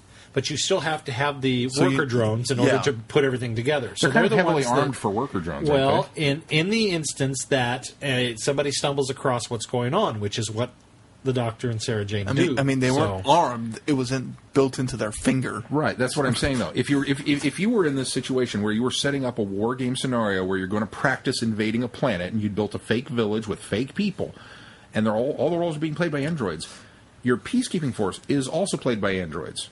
That seems wonky to me. Wouldn't you have because the guy even asked him, "What if the androids turn on us?" Oh, well, I have to go develop a weapon for that just in case. And then, oh yeah, we're building the big one to put on the Didn't ships. you get the impression that there were only a handful of Kralls? Like Yeah, I did. 2, 3, 4. But Max. so I mean, you're still going to have androids as peacekeeping force. But wouldn't those androids wouldn't it have made sense for the peacekeeping androids to be equipped with anti-android weaponry? Because that's where the threat's going to be, not so much from outside. That's Again, a very I think remote the only possibility. reason they are armed is in case, and Well, look at the clearly one. there was a reason for them to be armed because an outside intruding Well, they force gave them a chance did to come chase the in. Doctor and Look stuff. at Yes, the of course, initial that's for story, units but android we see, who's all twitchy and wrong, Right. and the white guys come across him and shoot They him, chased shoot him. at They him. shot at him. They were And I would assume that those shots, had they hit him, would have knocked him out so they could go fix it. right. Which But they did later. But the fall did that for them. Yeah, took care of it for him. Okay, Crawford. Not an issue. Move on. Guy Crawford, astronaut, testing the XK5. All right, here's where I'm not going to be able to defend because these are some of the problems now that I remember. And he's on his way to Jupiter, and a stabilizer busts, and they rescue him, at least according to his theory. But he's on another planet, According to his explanation. not in our solar system. Right. Which, and the Doctor And references that at the end. He never... You're an astronaut. You're not a dumb guy. There's a lot of buttons in that console. And you couldn't figure out that there's something hinky about this? If they could rescue you and rebuild you, why would they fly you all the way to another planet instead of taking you, half a light year back home? All right, Sean, can't fix this one. I have the exact same problem with that one. We fixed everything but the eye. Along with the eye thing. I Yeah. thought that was so weird. Especially that way we knew he was in evil. how many years did you not pull up that eye patch and realize the eye? Did you Even never if I had have an eye itch? patch on? I would know that my eye was still there. I mean, just seeing black does not denote that you don't have an eye. I suppose if you had this trauma, whatever happened, and I'm inclined to believe the Kralls shot him down. I don't think it was a yeah, stabilizer I failure believe at all. that, yeah. I think they totally went after him. But you had the stabilizer failure in the ship, and you woke up in an operating theater like this. And the guy was explaining to me, and after you got over the initial shock of, hey, look, there's an alien, and I'm on another planet, and apparently my ship blew up from underneath me, but he rescued me. Oh, but my ship is still okay, too, and they're going to send me back to Earth for a peaceful... And he says, whatever you do, don't remove that eye patch. And he told me, don't ever remove the iPad. Wouldn't at some point, maybe there's no mirrors on the Krull home planet. Maybe Crawford's quarters didn't come with a mirror. But at some point, wouldn't you have just gone, just to see the damage? the damage, and did the skin Yes, come back over? Do you have a one-eyed yep. Willy thing going on Doesn't there? work. Or is it Doesn't just a sunken pit with an empty socket? Or, I don't know. even still, did you never have an itch under that eye patch Yeah. and reach up underneath it and then see light Light coming up? come through, yeah. And maybe they deadened it. Maybe they deadened the nerves in that eye so that he would honestly believe that. And it wasn't until he went to the mirror and lifted it off and saw with his good eye that his other eye was there, even though he couldn't see out of it. Maybe. Again, That's giving a lot. It's a stretch, and it's giving a lot. Yeah. And it's one of those things that, I love it. It just doesn't make sense.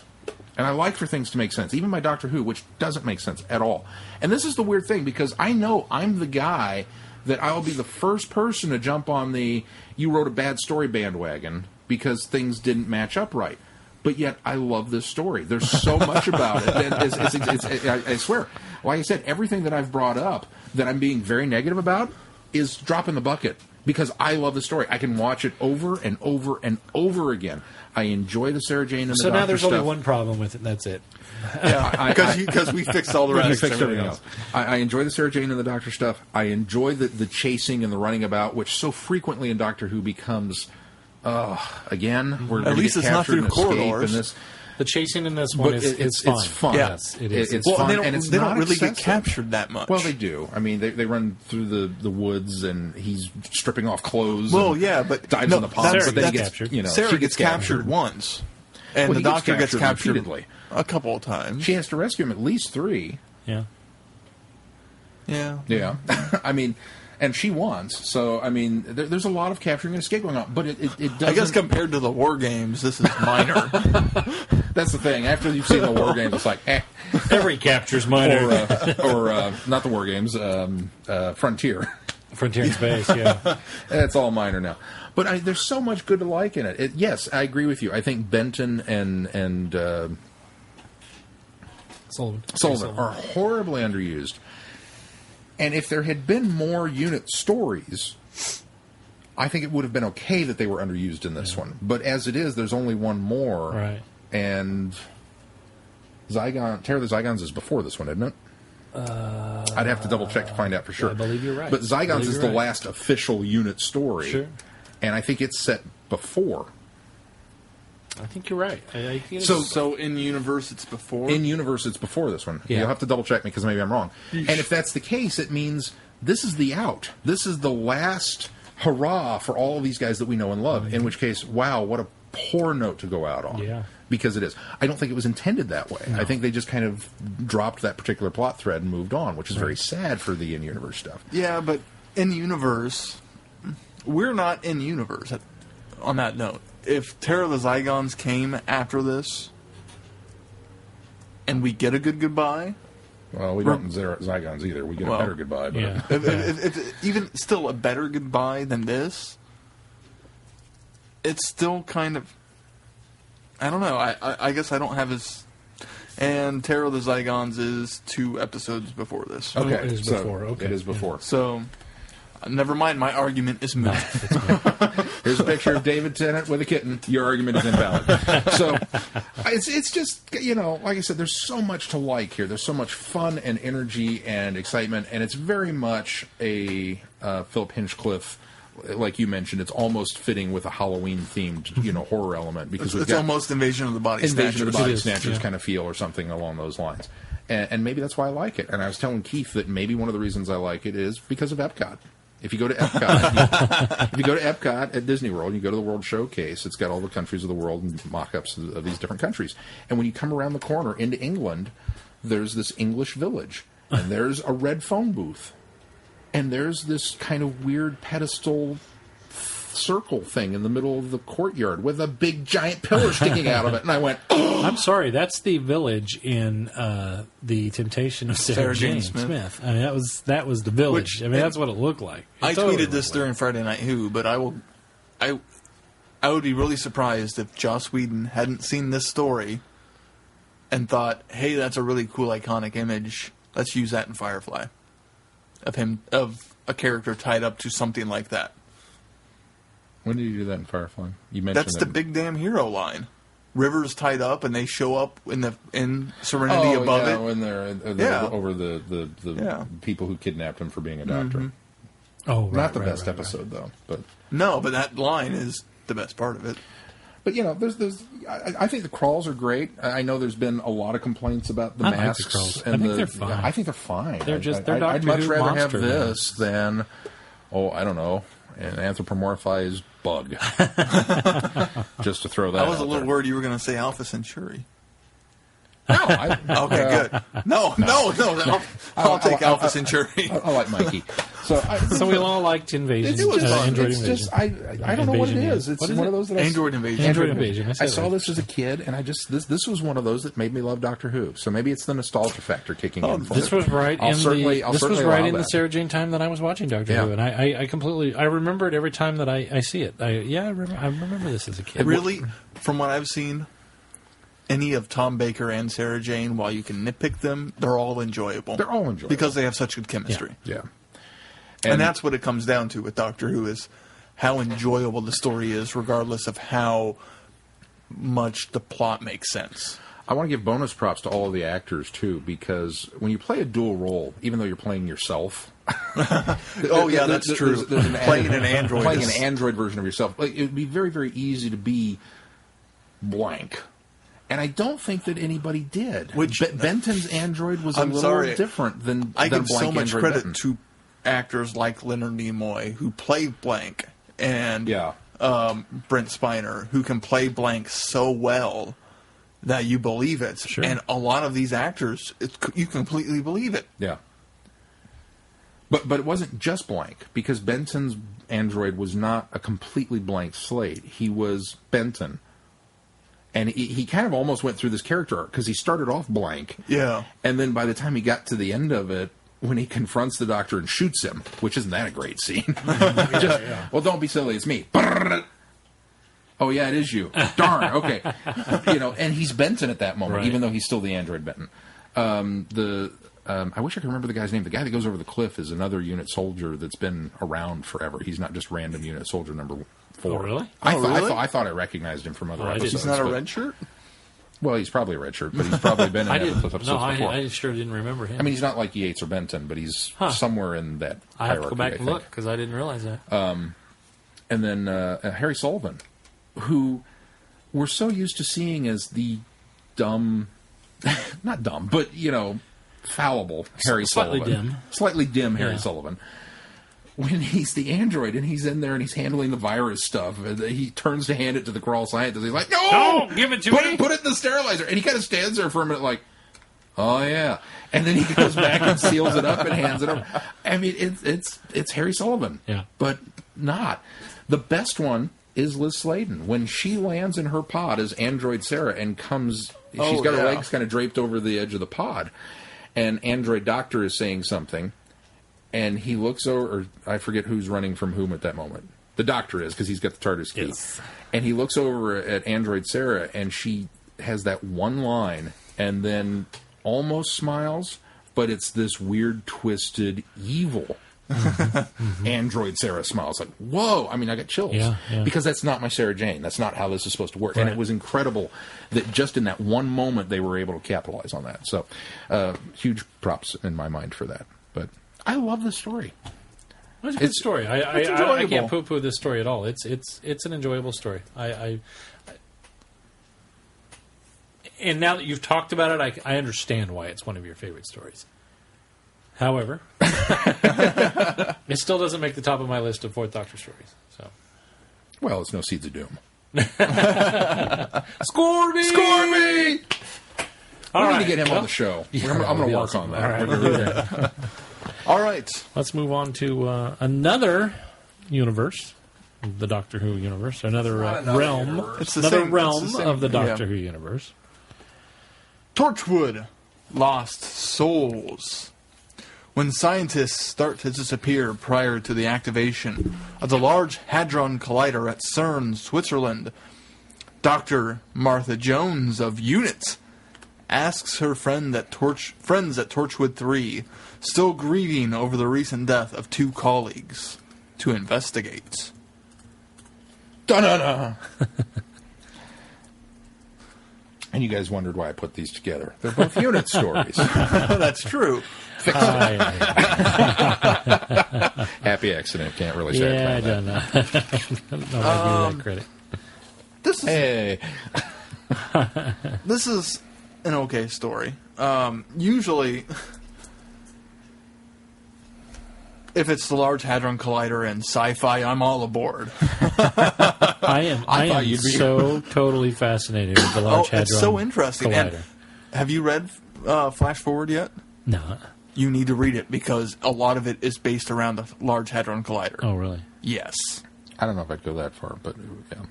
The whole cliffhanger, or the whole resolution of it, Well, the whole idea, the whole reason from it. is from it. But the plot of the book the plot of the book is secondary to. It's secondary, but No, let me rephrase. The Large Hadron Collider is the kickstart for the events of the book. But and the resolution of the book. And technically the resolution, but it's secondary to the events of what happened in the book. Okay. Not the series. Pay no attention to that. Not the series. Ignore the series. So I am all aboard whenever we're talking about CERN and the Large Hadron Collider. But part of this, the ideas, I think, are great. They're really interesting ideas, but they just don't translate well. And I'm getting to that point when listening to audio adventures that I'm getting a little tired of these ethereal beings. I mean, how many of these have we had now? But the idea that they come in, they somehow came through during their test, and they feed on protons? Yeah. No. The protons of humans? Is it not protons? It's Is it protons? Neutrons. The neutrons. Yeah, the neutrons of people. Sorry, nitpicky thing, but I had to get it right. Yeah, no, me too. The neutrons of people, I really found fascinating. That's an interesting alien. I know it wouldn't translate on screen, but then does the ethereal beings always have to try to channel the dead? Try to be the dead? I guess it's just a recurring thing in audio adventures that I'm a little tired of. I don't think it's just audio adventures. I think it's kind of, I mean, the sci-fi in general. The Unquiet Dead is an ethereal being that we presume to be ghosts initially. Mm-hmm. I would almost, and I agree with you. I think it's that was the weakest part of the story. I think it's a trope that's been done, but you could look at it the other way, that maybe ghosts are actually aliens. Are actually all aliens that happen to be ethereal, and that's what we just translated as which is what I got from Unquiet Dead. This, it's so isolated and obvious that they're in the people's heads. They're not even seeing ghosts. Yeah. They're just voices in their heads that it doesn't work that way for me. Here's why this story works and why I can get past the ethereal beings and the whole Unquiet Dead idea is it works so well because this is the story following the death of both Tosh and Owen. True. And so we're dealing with death in this. We're dealing with missing loved ones. We're dealing with wanting those people back. And so that lends to the emotion that happens when they are especially when Gwen and Ianto are being confronted by the spirits Owen's of their voices past. And and so this works, and I had absolutely no problem with them being the central villain, being ethereal beings and coming back and using the idea of ghosts. I had no problem with that whatsoever because I'm really we're dealing nitpicking with that. Yeah, so but not a problem. I actually enjoyed this story. I thought it was a great story. I love that. That's really high praise coming from you because you were a little more than lackluster about the idea. I was. I enjoy Doctor Who audios because they're Doctor Who. I had no desire to get into any sort of Torchwood audio. I enjoy Torchwood for what it is. It's a TV series for me. I didn't want to go any further than that. So I went into this one kind of begrudging, and I actually enjoyed the story. Now, this isn't a fantastic story. This isn't even on Torchwood level. This is not up there. There's a lot better. It's better episodes. than meat. No, I liked meat though, but there are a lot better episodes of Torchwood. However, this was enjoyable and it was fine. And what I liked about this is this story is only about an hour. Oh yeah, hour and a half, short if that. And it's all done and tied up in a neat little bow.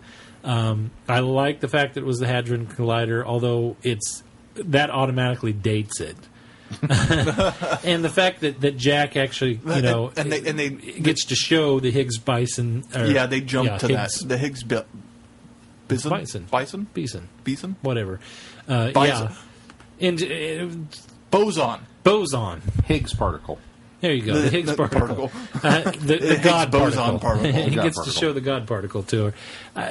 Which was a bit of a jump. And I was a little surprised that they gave such a specific way how they showed that. Oh, sure. Because we still haven't found that yet, right? Right, exactly. So it's just, we're over there colliding them now as we speak. So, but it was an enjoyable story. Somebody said, one of you guys, I think it was you, said that Jack is kind of lackluster. Weird to me. No, I thought he was right on. It felt like I think Jack. everybody was dead on in this. It felt like Jack, but I don't know. Especially Owen and Tosh. Too soon? I don't know if it's just because I'm used to listening to, in these audios, I'm not used to hearing an American accent. I don't know if that was it. If he was mixed louder, so he seemed like he wasn't actually in the atmosphere. I don't know what it was, but 9 times out of 10, when Jack spoke, I was taken out of this story. You're weird. I don't know why. I thought you were weird. I didn't notice anything different. I love the fact that Martha's in this. I love the fact that she's working for the unit at and this that point. She's the one that's trying to find out how everyone's dealing with the deaths. Yeah, she's the one that brings up to Jack. She's the one that brings back to Gwen. I love the fact that she's the one that gets them to Switzerland in order and gets them into this to help her investigate what's going on here. And it's an enjoyable little story. And I mentioned this to Sean earlier, and the problem with this is I haven't listened to enough Big Finish, but the way that they did this, the transitions between scenes, having music in there, and knowing that there's an obvious transition, and the pacing of the scenes in this one, I think Big Finish, at least early on, could have learned something from this. I hope that Big Finish audios get better in their pacing, as this one did, and making the transition between scenes obvious, because this one did really well. Because if you're going from character to character, you didn't necessarily have to have that musical interlude. But if you had Jack and Ianto and Gwen and Martha in one place, and there was clearly some time passage, there was a nice little subtle interlude that was telling you that, okay, we're going to move it on to another scene. It was so well done as far as that goes. It's built really well. And you have to build something like this really well because you're going to have to put a lot of information in an hour 15. And so they did that really well, and they paced it out, and it moved along. And that's what I liked the most about this, was the structure of it, how it was built. It was done really well. TARDIS Wikia, this is the very first, at least Torchwood BBC radio drama. Yes. Yeah. It, and maybe it has something to do with this broadcast, because it was broadcast in 2008. And on BBC Radio 4. It reminds me significantly of the structure that's set forth in the Big Finish 8th Doctor audio adventures. Which are 90-minute audios, right? They're actually an hour. Less, an hour, yeah. They're an hour. They're straight up an hour. So it has that feel that, unlike what we've done so far in the Big Finish main line, and again, maybe they get better. I'm not going to say better. Maybe they get different as they go. But the Big Finish main line is almost hearkening back to old school classic Who Tombwell. Yeah. We've got 4 parts that we need to fill X amount of time, so you need to throw in a capture and an escape scene here or something to kind of drag that out. And we've complained about the pacing in them quite frequently, versus the 8th Doctor adventures, which feel very much more like the new series, because it's an hour and this is the time you've got to tell the story, tell it. And I've never minded the length of the mainline audios from back in the day. There's never been one that I thought was way too long. There's some that I would have liked to have seen a conclusion better, Phantasmagoria. Right. But there's ones that I would have liked to have seen a conclusion a little quicker. But I've never mind. But it seems like the Doctor and Turlough are here, and then they're here, and it feels like there should have been time passage there because they're in different locations. But there wasn't a significant way there wasn't a break in the let actions. me know. I mean, I can't see that, that wipe between scenes. Right. And so it's never been done well as far as I've listened to so far. There's some of them that do it much better than others, but I think they could learn from this. I didn't realize that Julia, I was just reading that. I was that wondering if you were bringing character, that up. is from Smith & Jones, and she's one of the trainee nurses in that episode. I had no idea that was a connection. Cool. And Geneva is a location of the unit's world headquarters established during the 70s. Yeah, we've got that from Android Invasion because that's where the brig was. I guess I didn't realize that was Geneva. At one of his many offices. Well, that's where. I guess He's always in Geneva. Well, and that's where NATO's at too now. So that's where they're headquartered. I guess that makes sense. Yeah, I never Geneva's thought of always that been until I kind saw of that. the. I have to get on the phone to Geneva. I Yeah, have to get on the line to Geneva. Well, for all of the allied nations, Geneva has always been sort of the neutral headquarters for Right. everybody, for everything. So that's been since World War II. World War One. Yeah, actually, Well, it was right after yeah, World War War It was after. Well, the Treaty of Versailles was Paris, but I think it was shortly after that they moved to Geneva because Switzerland was neutral. Correct. And Odd Duck Phil can correct me on that if I'm wrong, because I'm sure he knows. This is just, it was a fun little story, and I was very glad that the continuity was there, coming off of the last episode of Season 2, with the death of Yonto, or death of... Spoilers. Owen and Tosh is what I meant to say. And that we did deal with it. I thought that was a really nice, solid way of putting that in the audio play, which according to Wiki... I don't feel like we dealt with it, but we addressed it. Well, we addressed it at least. According to Wiki, the writer didn't know they were going to be written out. And so the first draft of his story, they were still in it. And then he had to go back and change it, which kind of makes me wonder then how that... Is that why Martha is added? Well, it makes me wonder why the death theme, which we thought was really appropriate for these ethereal beings that we're dealing with. If it was there before, it wouldn't have worked as well Yeah, for me. it wouldn't have worked at all. I'd been in the same... same Well, and maybe it wasn't as death-heavy. Yeah, I suppose that Maybe his first draft was just these beings in the tunnel. It's a huge it's tunnel. Hard to speculate what it could have been. But, Well, I what enjoyed that else? aspect of it. I loved the humor. I thought it was, for being Torchwood, which, as Chrissy's let us know repeatedly, was pretty dark. It's really It got a light touch underpins. to It it. does not undermine. I love the as soon as she introduces the ambassador from Wales, and Jack, you hear him. He's leaping to the forefront to introduce himself, And it's Yonto. And his wife Gwen, and this is their personal assistant, and he's like, Just takes Just- the you- wind out of his and you sails. could just hear it. And it was done. The one problem I had with Jack's character was not the accent, but was that he goes... Now, I have to... Jack's a 51st century boy. He's helped the Doctor with the TARDIS. He rebuilt the surfboard that the Silurian was going to use. I mean, he's got a time vortex manipulator. He's around technology, so it's not that he's an unknown to this at all. But when we get to the end part of the story, where all of a sudden he's figured out this is what's in the tunnel, this is who we're dealing with, and we need to stop it from happening. And I like the fact that he had encountered them before. Yeah, I thought that was cool.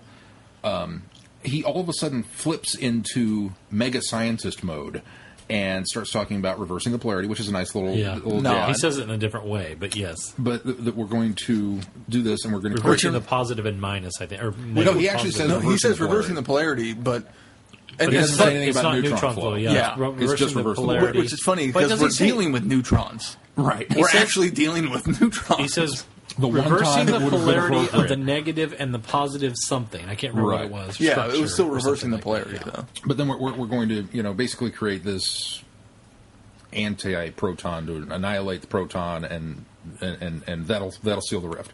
And he's on it. Now we've got a good 5 minutes of him yelling at the chief scientist that you've got to stop what you're doing. I'm from Got to Torchwood. turn it off. Which Torchwood is the most unsecretive I was secret thinking that organization ever. in the very They've said beginning. that- They've said that from the beginning of the series. They though. just Well, and even Well, the that's beginning. been an ongoing joke. I know. Yeah. That Which- we're so, we're above the government and behind the police and blah, blah, blah. But yet we ride around in a big SUV with Torchwood plastered on the side. And Right. Which- and nobody bats an eye the at it. beginning when they're chasing the Weevil. Have you seen the Weevil? What?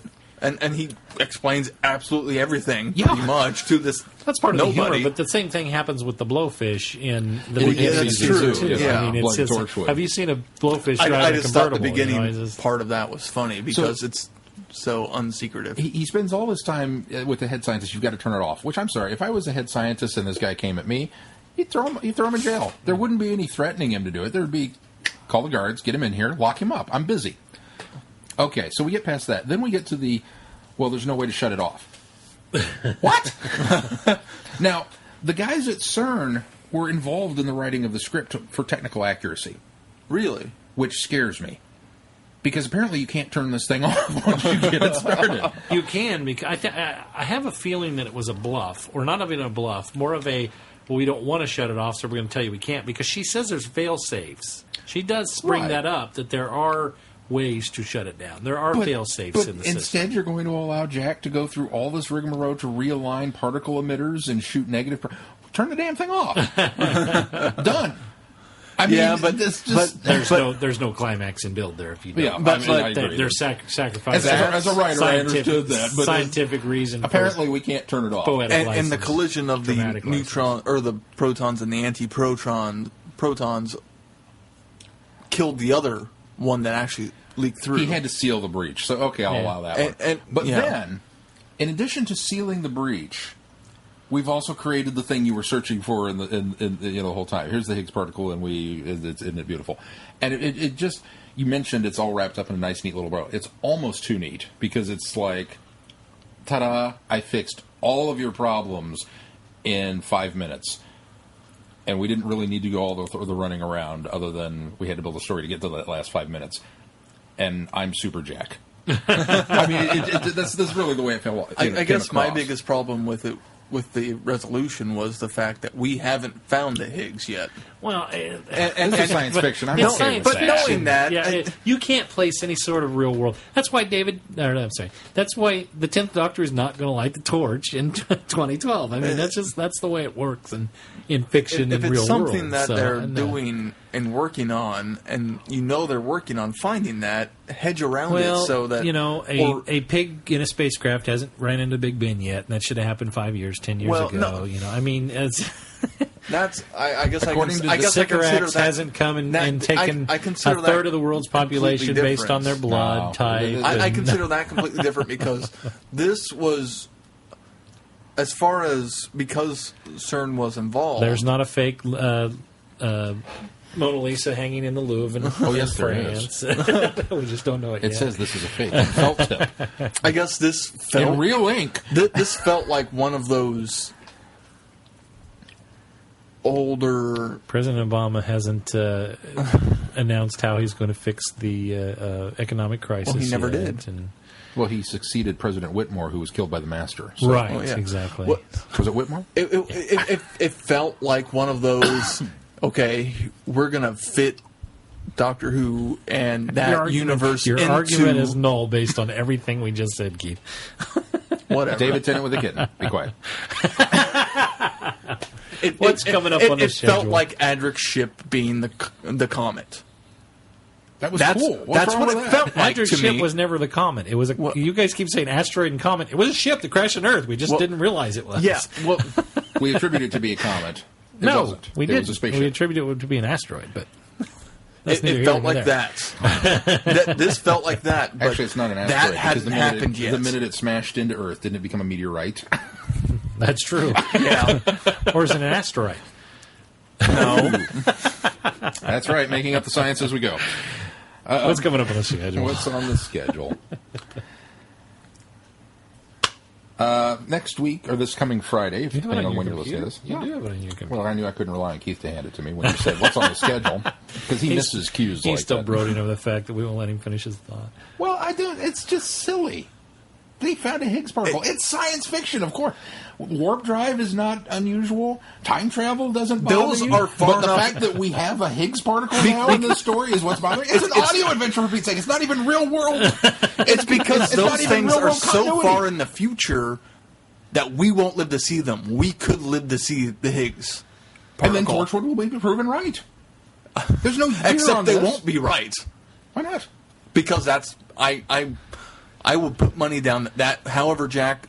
You because think they're going to tell you that's how it happened? You think the CERN guys are going to come out and say, well, we opened a doorway to another world where these ethereal beings came out. But fortunately, this guy showed up and fixed it. Oh, and look, Higgs particle. No. That's not going to be part of the press release. I will put down money that the fact that the protons and the antiprotons, or however Jack did it, isn't how they find it. Of course not. It doesn't matter. For real world science purposes, and this is going to sound strange, it doesn't matter how they get there as long as they get there. We found Higgs. Okay, I'm good with it. It doesn't matter. I still want to know how they found it. Higgs particle. I want to know how they found it when they find it. Wow. Potential first contact. Oh, and God particle. I'm going to go to McDonald's now and get a Happy Meal, and they're going to go, you want fries Our with that? great-grandchildren will never see aliens. What's on the schedule? Hey, look, new Coke, now with Higgs particle.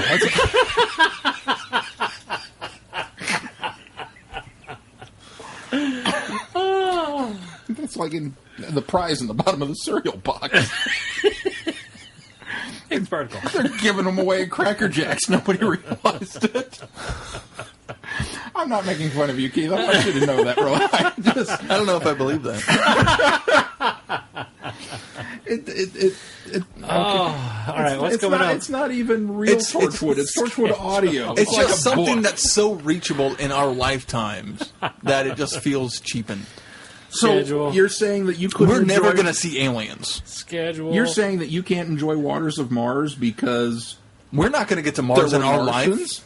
We're never going to get to Mars in our lifetime. I disagree. I think we will. No, I 100% absolutely not. think we will. Humans will never step foot on Mars while the three of us are alive. Disagree. Thank you. I totally disagree. Not just for backing me up, but I got another 50 years ahead of me. I have even. I'm sorry. I have even more in front of me than you guys. It'll happen in the next 30. So.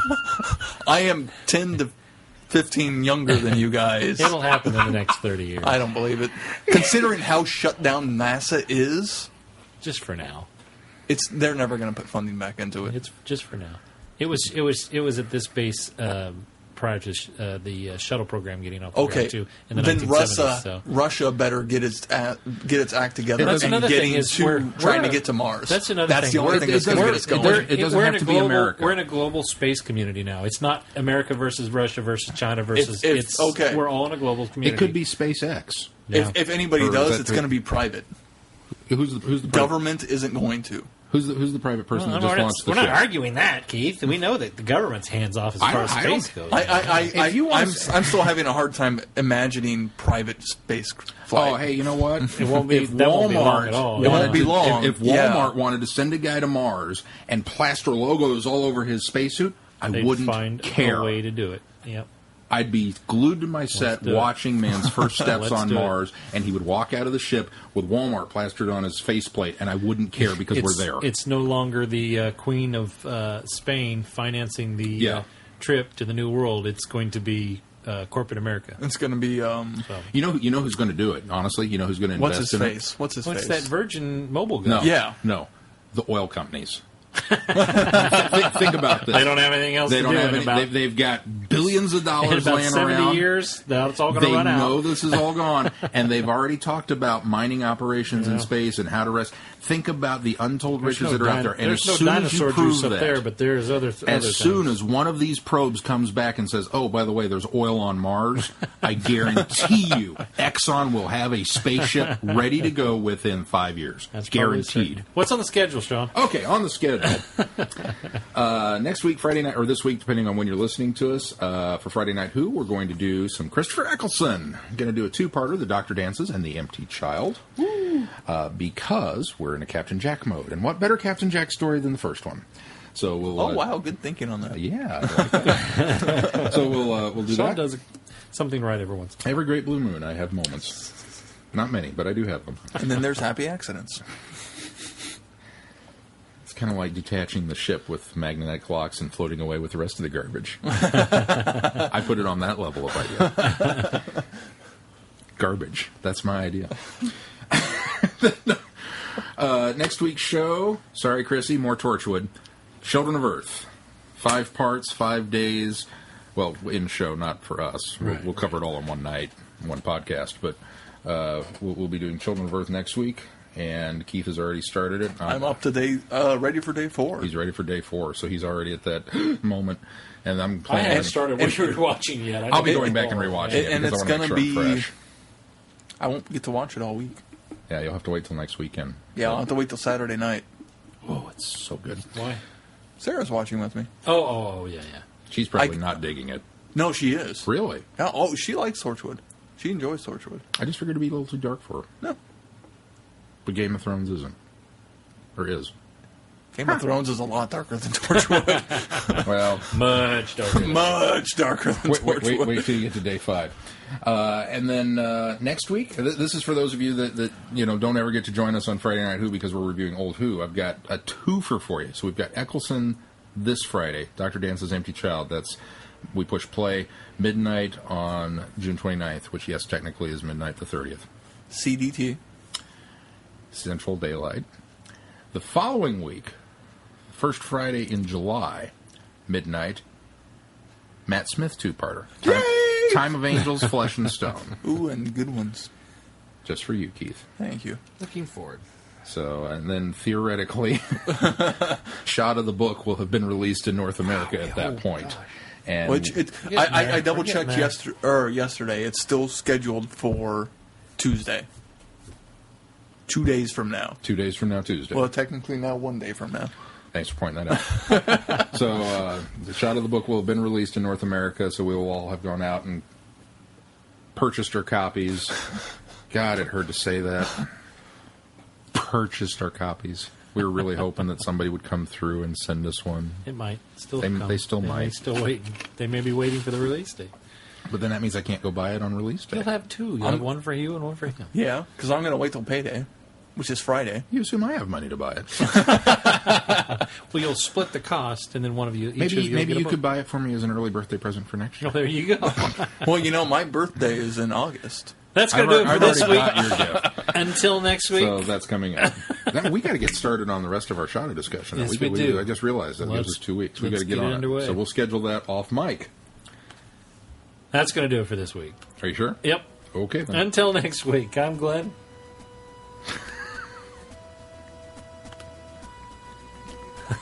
I'm Keith. Cheers. I'm Sean, now with Higgs Particle.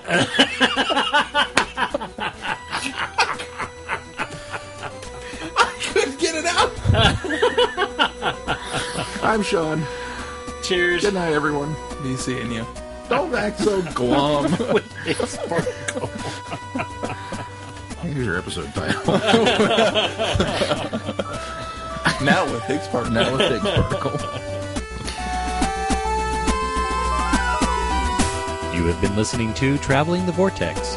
Doctor Who and all of its associated programs are owned and trademarked by the BBC. No infringement is intended or implied.